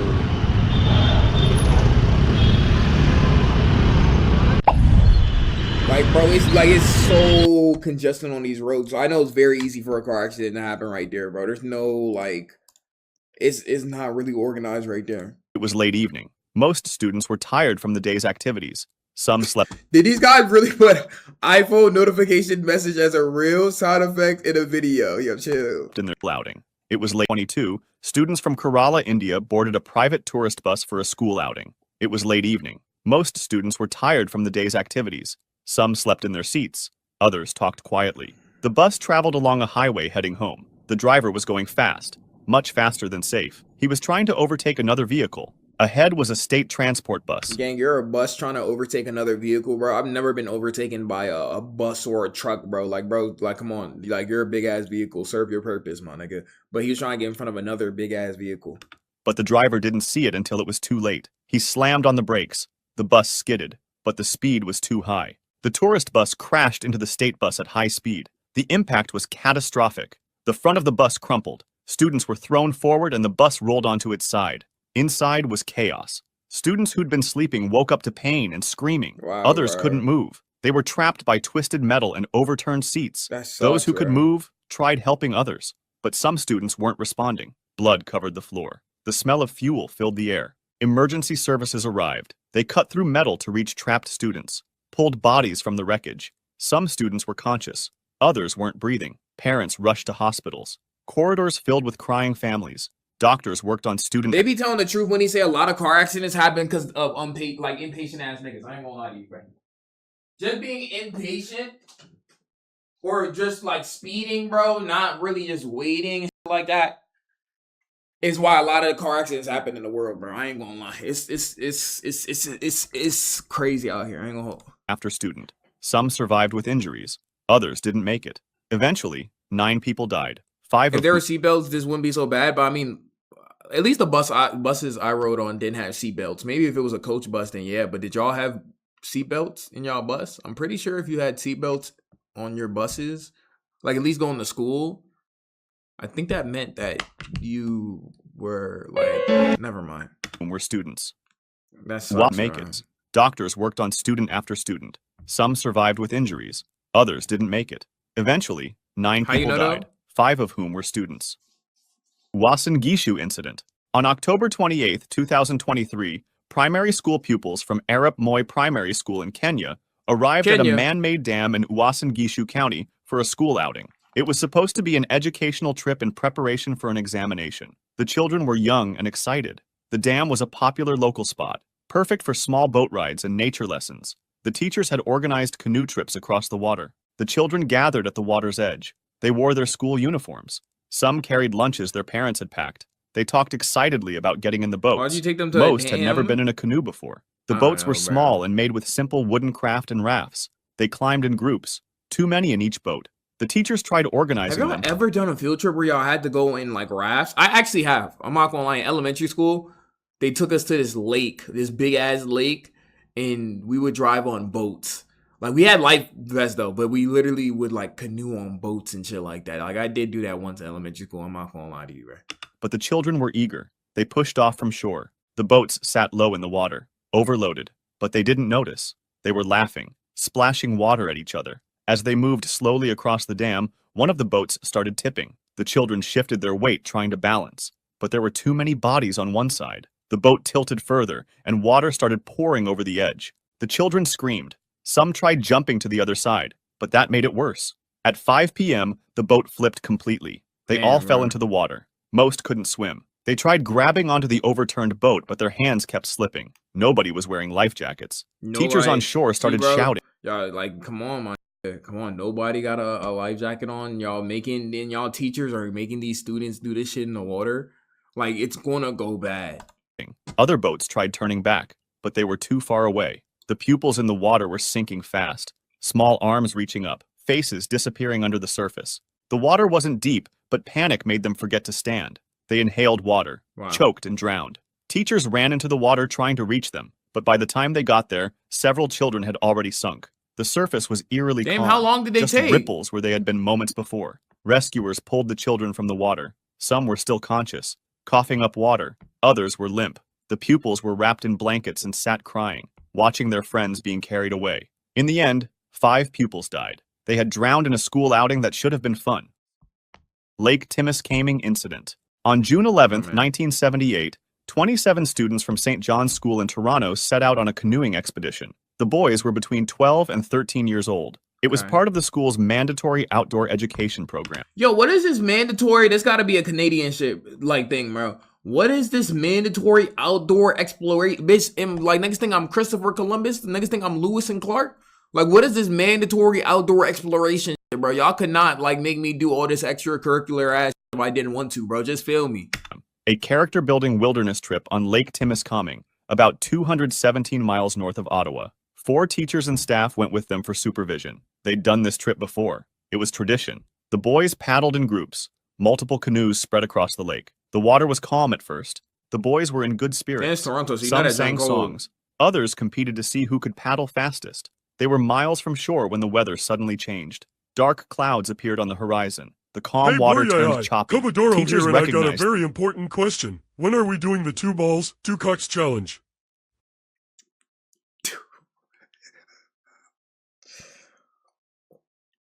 Motherfucker, what?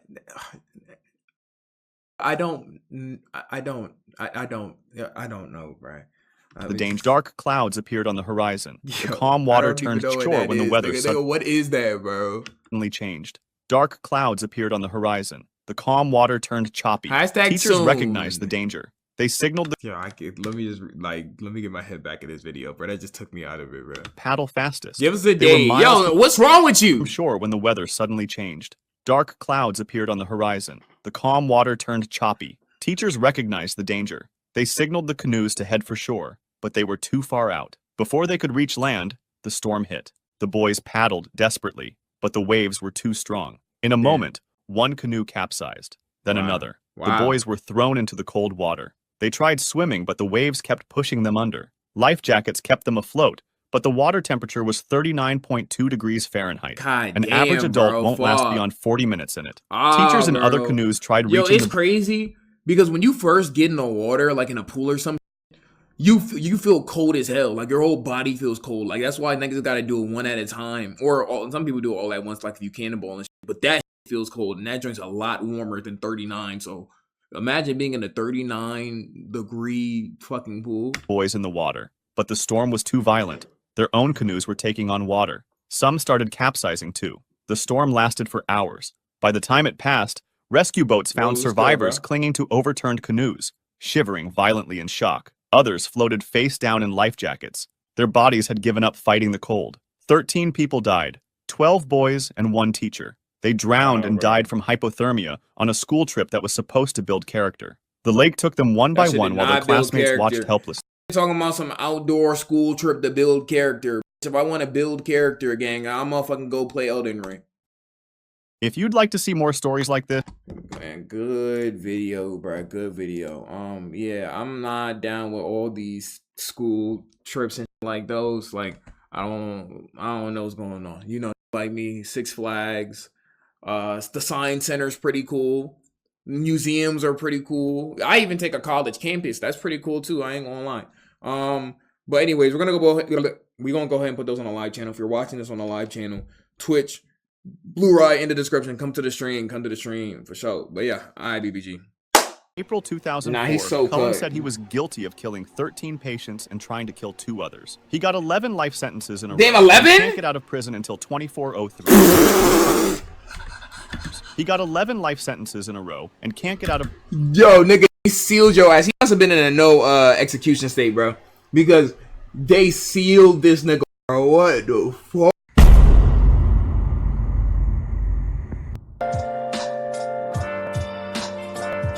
Where have you been? Fast video was called "The Craziest Mistakes That Got Serial Killers Caught." So I'm very interested to see what got serial killers caught. Is anybody very interested to know, like was anybody have a phase where they were interested in like serial killers? Not that sounds crazy. That sounds like have you guys ever killed animals before? But like knowing why people killed people and shit like those. Not like a fascination like niggas be putting up pictures of Ted Bundy and shit like those, but like a fascination with true crime, finding out about true crime and incidences that have happened and shit like those, man. Y'all never had was interested in shit like those, in those insane questions? You're weird, nigga. Like that's weird and shit like that. Yes. I watched Rotten Mangoes. No question. Hey, bitch, don't try to make me seem like I'm weird, nigga. We all did that, bitch. All did that. Admit it. Act like in true crime is a fucking crime in itself, bro. What the fuck? Let's go ahead and see. You're watching on the tube. Twist with Ryai. Maury Travis. Between 2000 and 2002, Maury Travis murdered at least 12 women in the St. Louis area. Wow. The 36-year-old hotel waiter mainly targeted sex workers, bringing them to his home where he had built a torture room in his basement. He recorded his crimes on video. Wow. Travis might have continued killing if not for one major mistake. After the St. Louis Post-Dispatch published an article about victim Teresa Wilson, Travis couldn't resist responding. He sent an anonymous letter to the newspaper writing, "I'll tell you where many others are, and to prove I'm real, here are directions to number 17. With the letter, he included a map showing where to find a body. What Travis didn't know was that the map came from Expedia.com, which tracked its users. FBI Bro fell for the bait, bro. Oh my god. I'm not mad at it though. Somebody had to catch his goofy ass. Bro, dead ass for the bait, bro.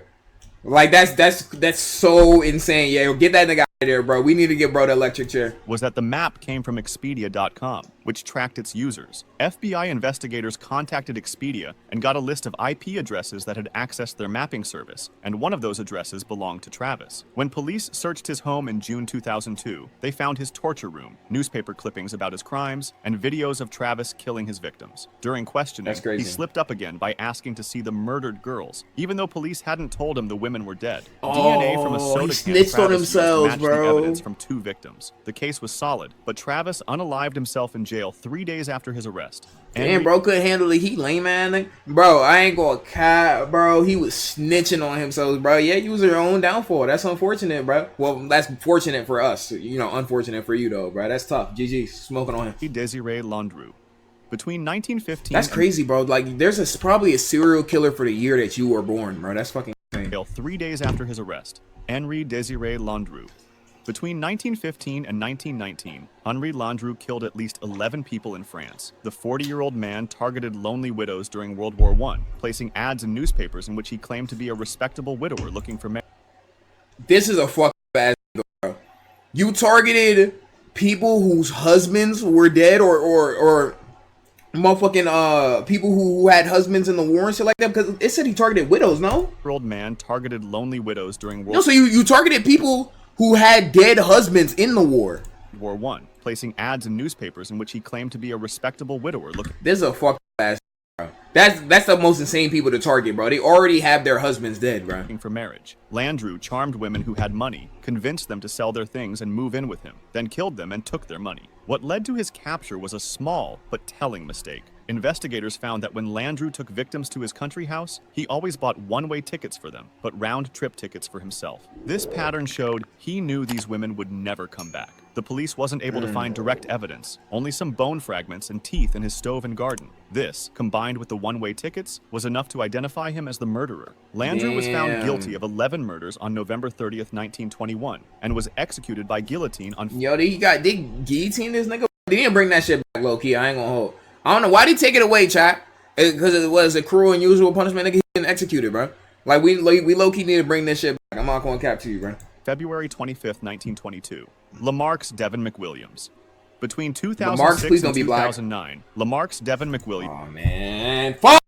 attacked and killed several women in the Acres Homes area of Houston, Texas. The 33-year-old went after women who worked as prostitutes, hurt them, and left their bodies in ditches and behind buildings. McWilliams' biggest mistake happened in August 2009 when he took a woman named Chelsea Brazier. After attacking her, he put her in the trunk of his car. While driving, his car got stuck in mud. He took Brazier out of the trunk and told her to drive while he pushed. When the car broke free, Brazier drove away and He is this nigga specific type of dumbass, bro. They ain't ever say you had to be smart to be a serial killer, bro. I'm not gonna hold. Bro left, bro. Yo, okay. You left the victim in the driver's seat while you pushed the car. Bro ain't really think this through like that. He dead ass didn't even think this through. Yeah, it's GG's for you, right? called the police instead His of heart was coming probably in back to his the ass, This bro. escape led right to McWilliams' capture. Police arrested him for this attack, and they tested his DNA. In just 2 days, they found out his DNA matched the DNA recovered at several crime scenes in the Acres Homes area. Another important clue was that McWilliams had a Scales of Justice tattoo on his arm, which people Damn had seen in the ironic. killer. McWilliams was found guilty of sexual assault and got a life sentence in prison. Bobby Joe Long. Bro's an idiot, Between bro. He's a March and nincompoop. November 1984, Bobby Joe Long killed at least 10 women in the Tampa Bay area of Florida. The Damn. 31-year-old man used to dump their bodies in remote areas around the city. However, Long's worst mistake happened when he took Lisa McVeigh on November 3rd, 1984. He kept her for 26 hours in his apartment and attacked her many times. Wow. But unlike his other victims, Long decided to let McVeigh go. He put a blindfold on her, drove her near where he had taken her, and set her free. While held captive, McVeigh was smart and brave. Thinking she would be killed, she made sure to leave her fingerprints everywhere in Long's bathroom. She counted the steps into his apartment, noted what his car felt like, and remembered every detail she could while blindfolded. Damn, she was playing a smart ass game though, bruh. Damn, why did they all killing women, bro? Because serial killers just like to target like easy targets. Nobody's a serial killer wants to target a target that they feel like won't be easy for them, bro. So they always go for like women or like prostitute type women who like don't really have nothing like that, are easy targets, and people won't care if they go missing and shit like that. Like especially back then, bro, people really ain't care like that. So that's why usually they target people like that, or children, bro. Folded. When she was free, McVeigh went straight to the police with all this information. She told them Long drove a red Dodge Magnum and gave details about his apartment. With her good description, police found Long quickly. Police arrested Long on November 16, 1984. The evidence linked him to several murders. When questioned, Long admitted to 8 killings and many other attacks. Long was found guilty and got the death penalty. After 34 years in prison, he was GG's. executed on May 23, 2019. Damn, you smoking on that nigga. Dahmer went after men. Dahmer's weird as fuck. Dahmer's like these niggas is weird, but Dahmer's like weird as fuck. The nigga was like had like a badass. That nigga was like a different type of weird, bro. There's not too many motherfuckers that spawn like that in a generation, bro. Between Why is every 1970 and Dahmer banned? Word? No way. 1973, Dean Corll killed at least 29 He's a teenage police boys in officer, it Houston, looks like. Texas. The 33-year-old had 2 teenage helpers, David Brooks and Elmer Wayne Henley, who would bring him Nigga name is fucking Elmer, bro. Bro's name is dead ass, bro. I'll knock on hold, bro. Gang, I can see why your life turned out so shitty, bro. Cause you motherfucking named after a glue. That's like this name is extinct. I like name one that you know now named Elmer, bro. That is below the age of 30. What the fuck? 33-year-old had 2 teenage helpers, David Brooks and Elmer Wayne Henley, who would bring him victims. Corll ordered his helpers to bring boys to his house with offers of beer, drugs, or parties. Once there, the victims would be tricked into wearing handcuffs or just grabbed by force. They were then tied to a board where Corll would attack them before killing them. Corll's mistake came on August 8, 1973, when Henley brought a male friend named Tim Curley and a female friend named Rhonda Williams to Corll's house. Corll got angry about bringing a girl, and after they all passed out from drinking and Oh, he ain't like women, bro. He ain't like the girls, bro. drugs, he tied them up. When Henley woke up, Corll said he was going to kill all 3 of them. Henley talked Corll into untying him by saying he would help hurt the others. Once free, Henley grabbed Corll's gun and killed him. Henley then called the police and told everything. Police found bodies buried in a boat shed, at a beach, and near a lake. Damn, that's tough, nigga. That's crazy ways to go out, bro. That's tough, man. W pack. Both Henley and Brooks went to prison for life for helping with the murders. As they Wayne should. Williams. Between 1979 and 1981, at least 28 black men were killed in Atlanta, Georgia. Wayne Williams, a 23-year-old black man who worked in music, was caught and found guilty of 2 of these killings, though police think he did many more. Williams became a suspect on May 22, 1981, when police watching a bridge heard a splash in the water below. Williams' car was the first to cross the bridge after this sound. When stopped, he told police a fake story about meeting a singer named Cheryl Johnson, who wasn't real. 2 days later, the body of Nathaniel Cater, a 27-year-old man, was found in the river. Police believed Williams had thrown Cater Bro was targeting black men too, bro. What the fuck? body from the bridge that night. Nigga, why you targeting your own people too? You shouldn't target anybody, but you're dead ass targeting your own fucking people too, bro. You tapped into nigga. Was carpet fibers found on victims that matched the rare carpet in Williams' home. On June 21st, 1981, Williams was arrested for killing Cater and another man, Jimmy Ray Payne. He was later found guilty and got a life sentence. Robert Berdella. Bro, you should give him more than that though, bro. Y'all, I'm not gonna hold. It's gonna sound crazy, bro.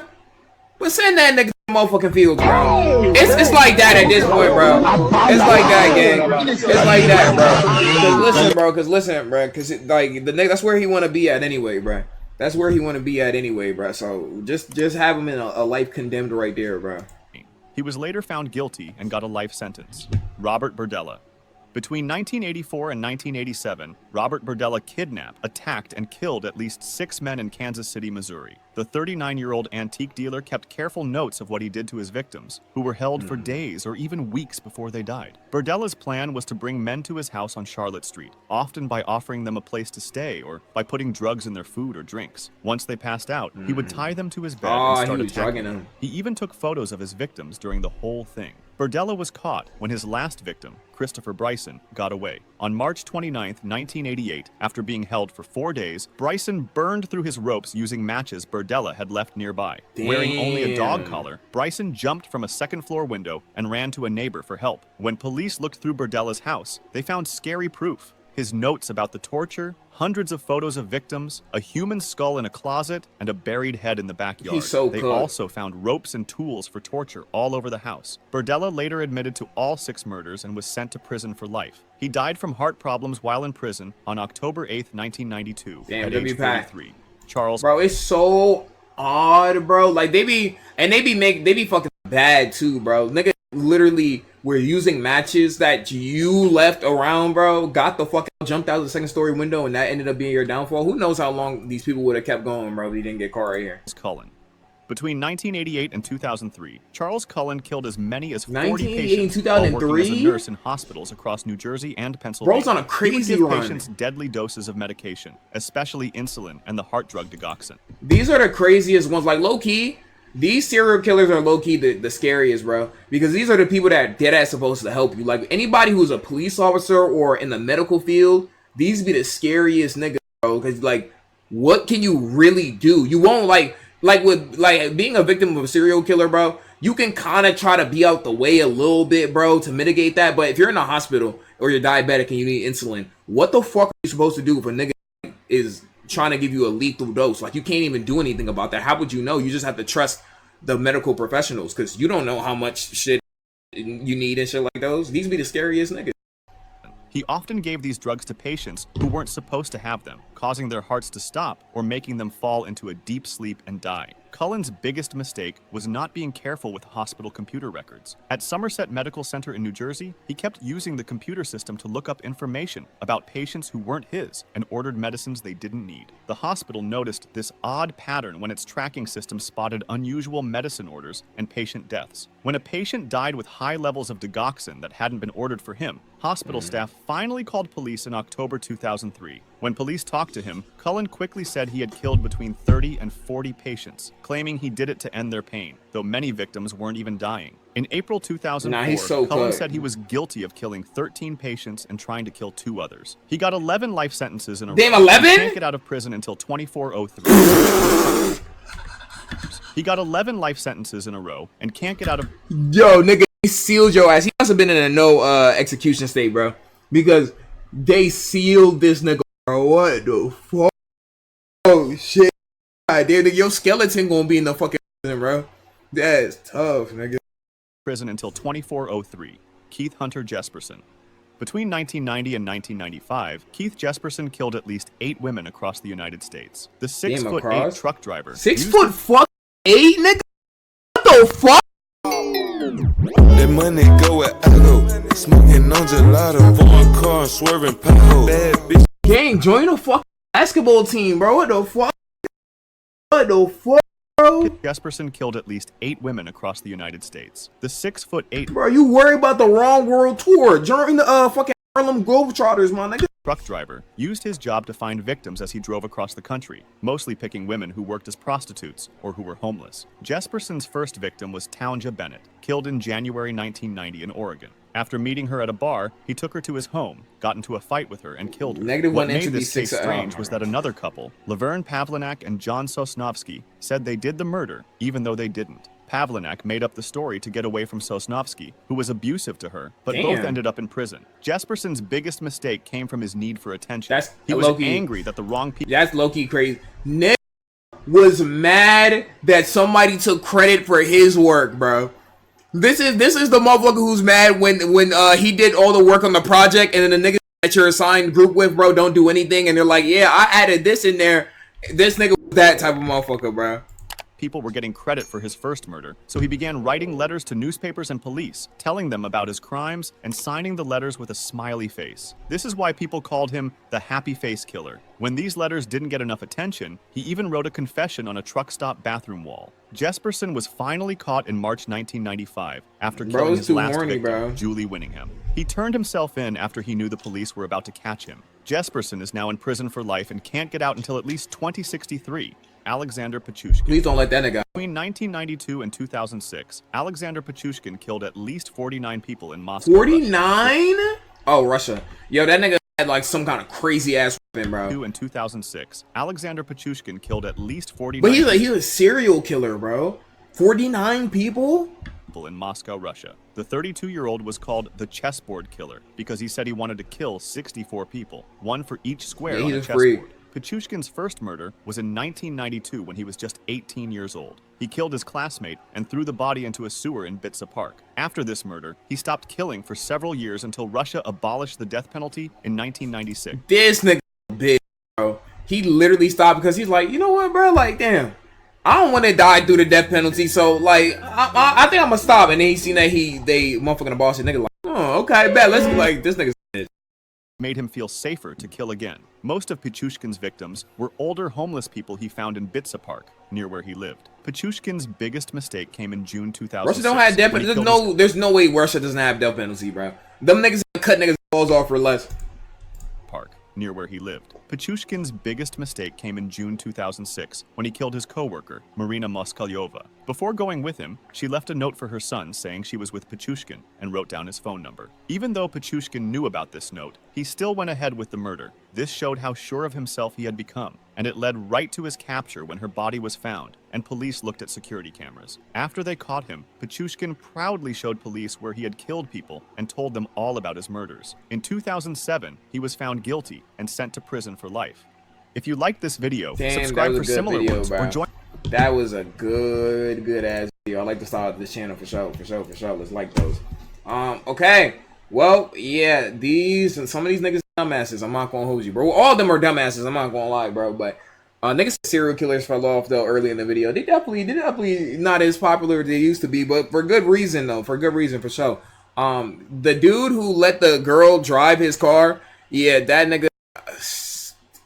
I don't know what made him do those, man. We're gonna put this on the live channel, though, not the live channel, the main channel. Though. If you're watching this on the main channel, Twitch will Ryai in the description. Come to the stream, and shit like those. But yeah, BBG.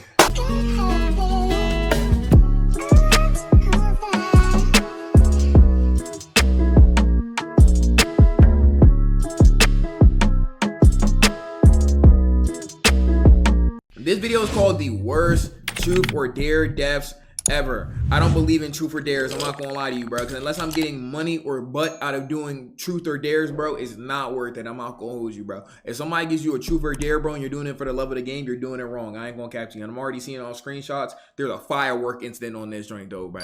Cooked, bro. Let's go see what's going on in this video. If you're watching this on the tube, Twitch will Ryai in the description. Let's go. Jump if you dare. On May Jump if you dare. See, look. May 24th, 2023, just days after graduating high school, 18-year-old Cameron Robbins from Baton Rouge, Louisiana, was celebrating with several hundred classmates on a trip to the Bahamas. They were staying at the Atlantis Paradise Island Resort in Nassau. That evening, the group attended a sunset party cruise aboard Blackbeard's Revenge, a pirate-themed party boat. Around 9:40 p.m., near the uninhabited Athol Island northeast of Nassau, someone dared Cameron to jump off the boat into the dark ocean. Several students tried to grab him and stop him. They reached for him, attempting to hold him back, but Cameron broke free from their grip. He jumped into the water. This is why I be saying niggas be doing this shit for the love of the game, bro. What did you even gain out of doing that, Cameron? I'm not gonna hold, bro. You look tired now? The hair's just in my eye, bro. I don't know how to wear wigs. I'm not gonna hold, bro. Natural selection, like it's just all the strength of, bro. There was absolutely no reason. Yo, I dare you to jump in this infested water and stuff like that. Let me find out that bro can't swim either, bro. Come on, gang. He ain't no. Yo, that's the thing about the whole, if you don't do it, use a man. I'll be a but I'll be an alive bro.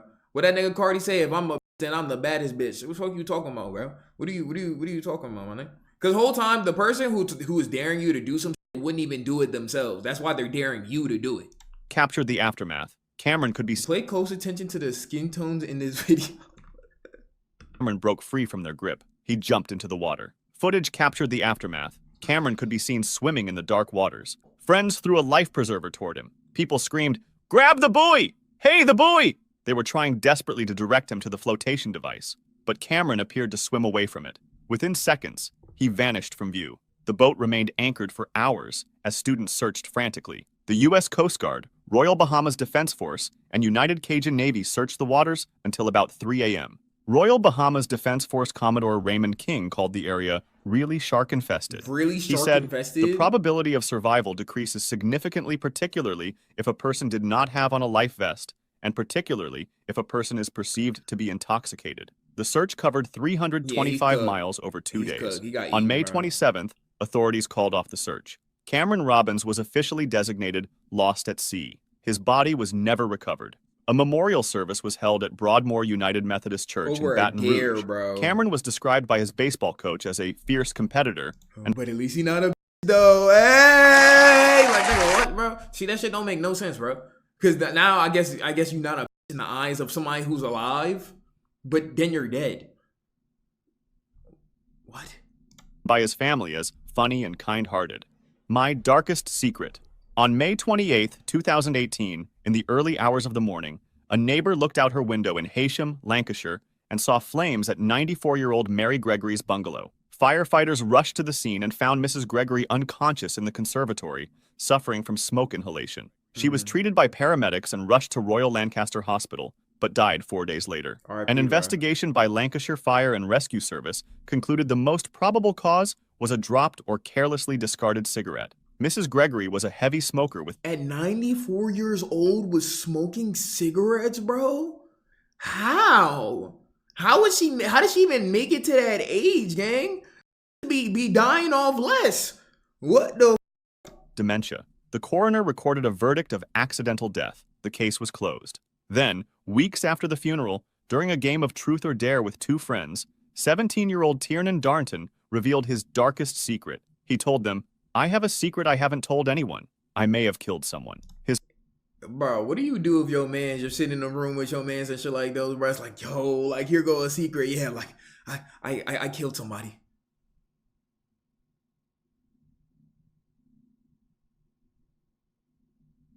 What? Like, bro, it's like, what do you even say to that, bro? What do you even say to that, bro? And you speaking out loud for what reason, bro?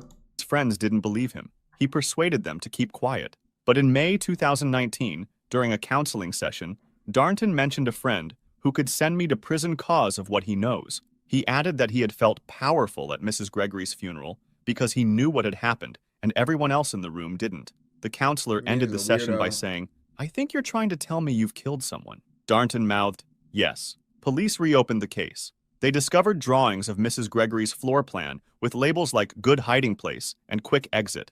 Evidence showed he had set the curtains on fire with a lighter, unplugged the phone, disabled a smoke alarm, and placed a table in front of the conservatory doors to block her escape. Investigators found disturbing searches under 18 murder and how long do murderers serve in prison. In November 2021, Darnton was convicted of murder and sentenced to life with a minimum of 15 years. The bridge incident. Bro is a loser, bro. Like, he's a geek. He even went to the lengths. There's already a 94-year-old woman. He even went to the lengths to make sure she didn't get out, putting that table there, turning off the smoke alarm. Like, that is that's a loser, bro. I don't know, bro. How are you 18 and under, bro, and you try to catch a body, bro? Yo, what is your life? Niggas be coming from esteemed families too, bro. Be named the Princeton family, bro. Motherfucking come from two motherfucking goddamn two-parent households, though, bro. Your dad is an accountant, your mom is a lawyer, and shit like those, bro. Your sister does motherfucking goddamn dental work. Y'all have averaged like $1 million annually, and shit like those. Just to motherfucking talk about some, hey, you want to see what I can do? I killed somebody. Like, gang, you're a loser, bro. Niggas like, what the fuck? Summer day in 2024, two teenagers, ages 15 and 16, were part of a group chat where dares were being shared among friends. The conversation turned to jumping off a bridge into Lake Hartwell, South Carolina. The pressure mounted through messages. Other teens egged them on. The two decided to go through with it. They drove to the bridge and climbed onto the railing. The drop to the water below was significant. Without hesitation, both teens jumped. They plunged into Lake Hartwell. Friends watching from the shore expected to see them surface. Seconds passed, then minutes. Neither came back up. Emergency services were called immediately. Dive teams searched the lake. Dodging Eventually, fuck-ass ads. both bodies were recovered. Neither teen had made it back to shore. The local community was devastated. Candlelight vigils were held. Parents gathered. And then stuff like this, it just annoys me, bro. Because then the news will talk about a new TikTok trend called the jump off the bridge incident because my friend told me so in a group chat has gone viral. Like, it's like, come on, man. Perk time. Holding candles and photographs of the two teenagers. Flowers and messages were left at the bridge. In the days that followed, parents across the community warned about peer pressure games spreading through social media.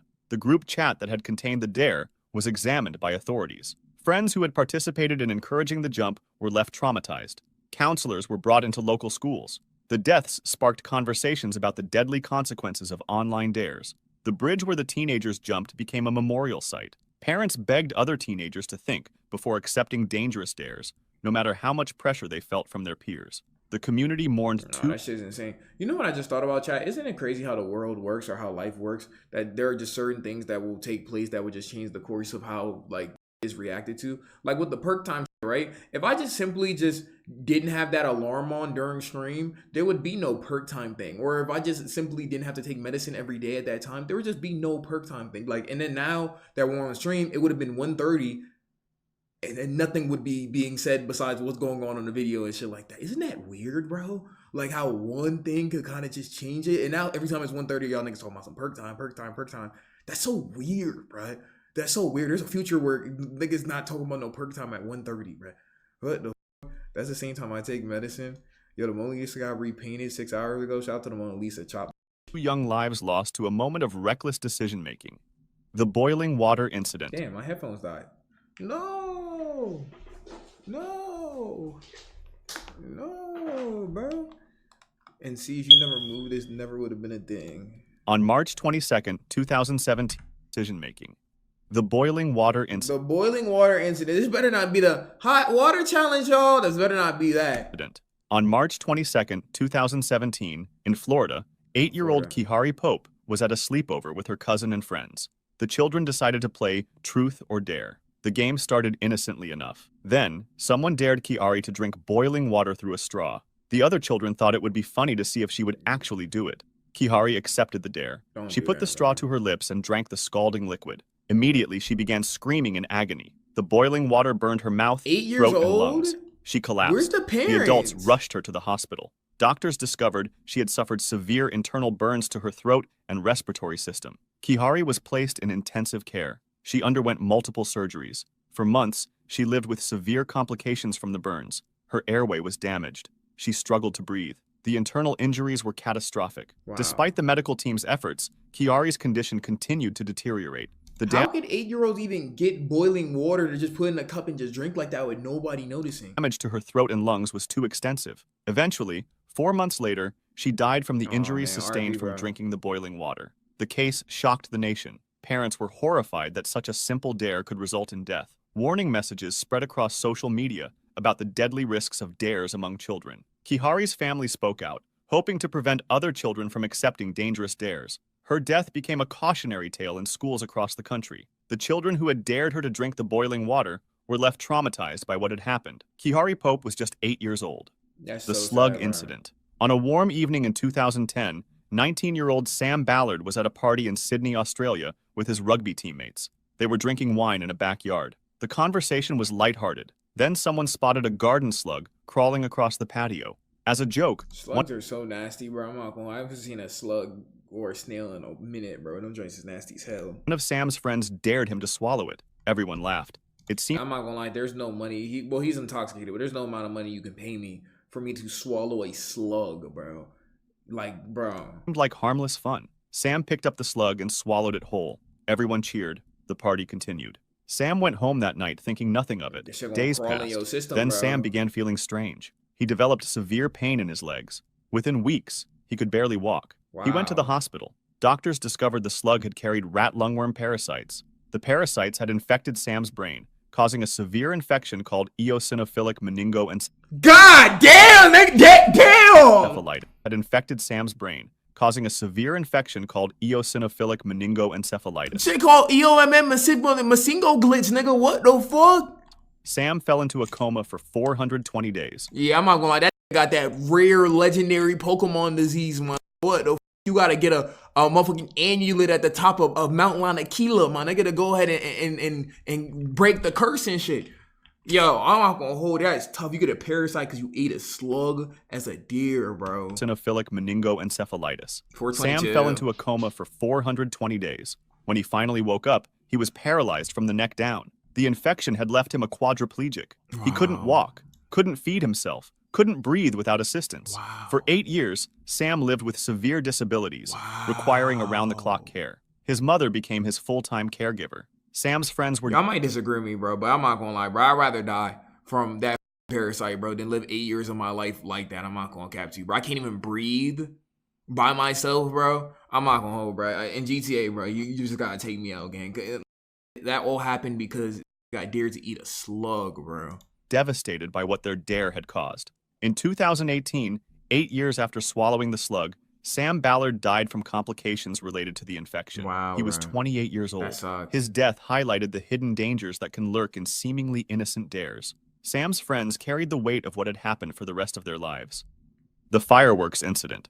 On October Nigga, this shit just look crazy, bro. Nigga, we got screenshots from the entertainment district, bro. The last episode of the entertainment district. That's tough. incident. On October 24th, 2024, during Diwali celebrations in Bengaluru, India, a group of friends gathered to celebrate the Festival of Lights. Fireworks were everywhere. The night air was filled with explosions and colorful displays. The men had been drinking, and the atmosphere was festive and reckless. Someone brought out a large box of fireworks and suggested a dare. They challenged a 32-year-old man in the group to sit on top of the box while they lit the fuses. Friends laughed and egged him on. The man, emboldened by alcohol and peer pressure, agreed. He climbed onto the box and sat down. His friends lit the fireworks. For a moment, nothing happened. Then the entire box exploded beneath him. The force of the blast was catastrophic. He's about to The break man was everything. thrown into the air. The If he explosives lives, he's not detonated gonna with live. tremendous power, He's not gonna causing live. fatal injuries. Friends screamed and rushed to help, but it was too late. Emergency services arrived quickly, but the man died at the scene from his injuries. Witnesses told police it had been part of a dare. The case received widespread coverage across India. News outlets showed footage of the aftermath, warning others about the dangers of combining alcohol, fireworks, and peer pressure. The man's family was left to mourn a senseless death. His friends who had encouraged the dare were left traumatized and guilt-ridden. Nigga- Authorities used the incident as a nigga thought it warning. was Kung Fu Panda. Yo, bro thought he was gonna motherfucking take a flight and land on his feet. That's unfortunate, bro. That's unfortunate. That's just the way the cookie crumbles sometimes, bro. During future Diwali celebrations.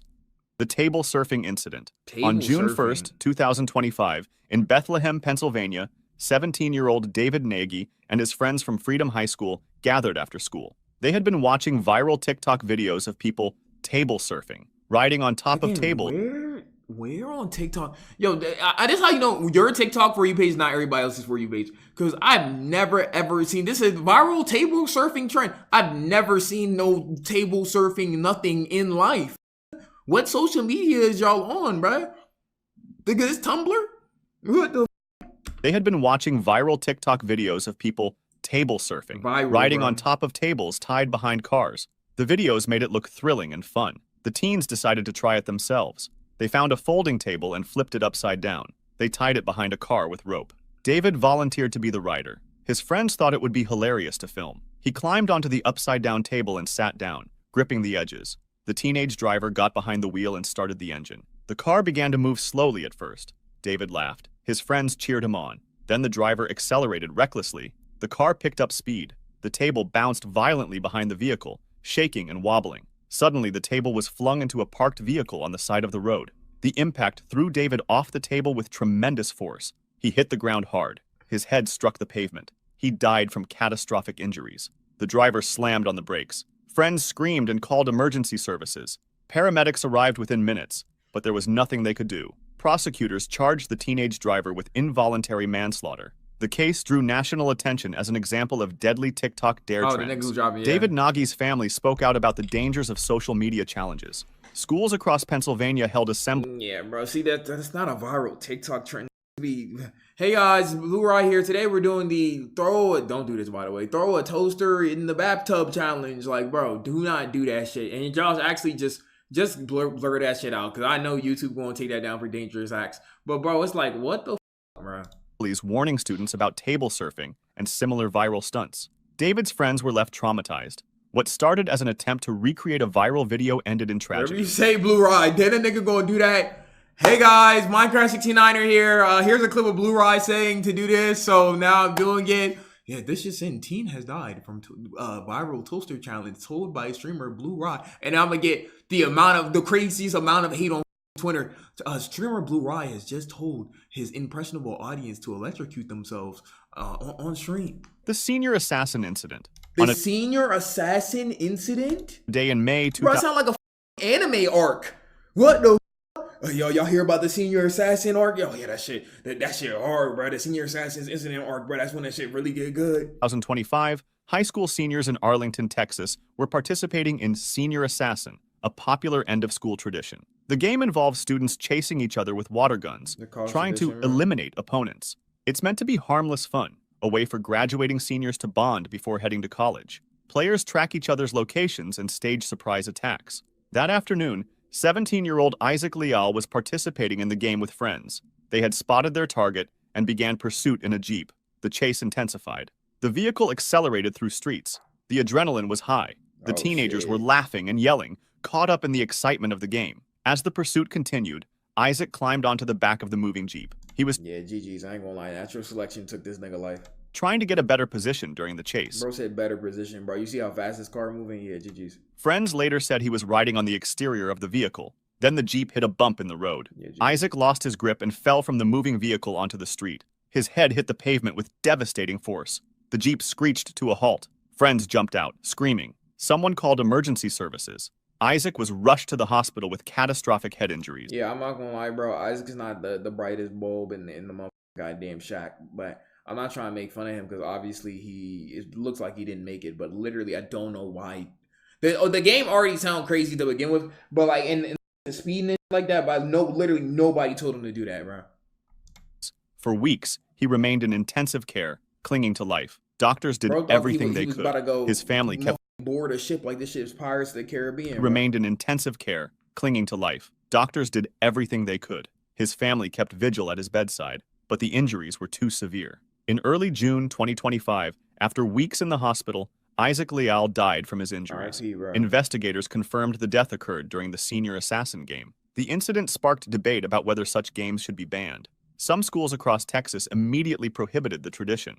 If you'd like to see more stories like this, like, the tradition already sound different, bro. But again, nobody like told that nigga to like jump on the back of the car, bro, that was speeding and then do that. Like, that was just cooked, man. I'm not seeing the gates. I almost laughed seeing it. Yo, my audio, you definitely not seeing the gates. I'm not gonna hold you, bro. What the fuck? We're gonna go ahead and put those on the live channel though. If you're watching this on the live channel, Twitch, Blue Ryai in the description. Come to the stream though, bro. Come to the stream. By the time you're watching this, Bluetober is over, our little Halloween event and shit like those. But you know, we still be doing fire shit on stream all the time. So come through though, bro. Come through and shit like those. But yeah, I BBG.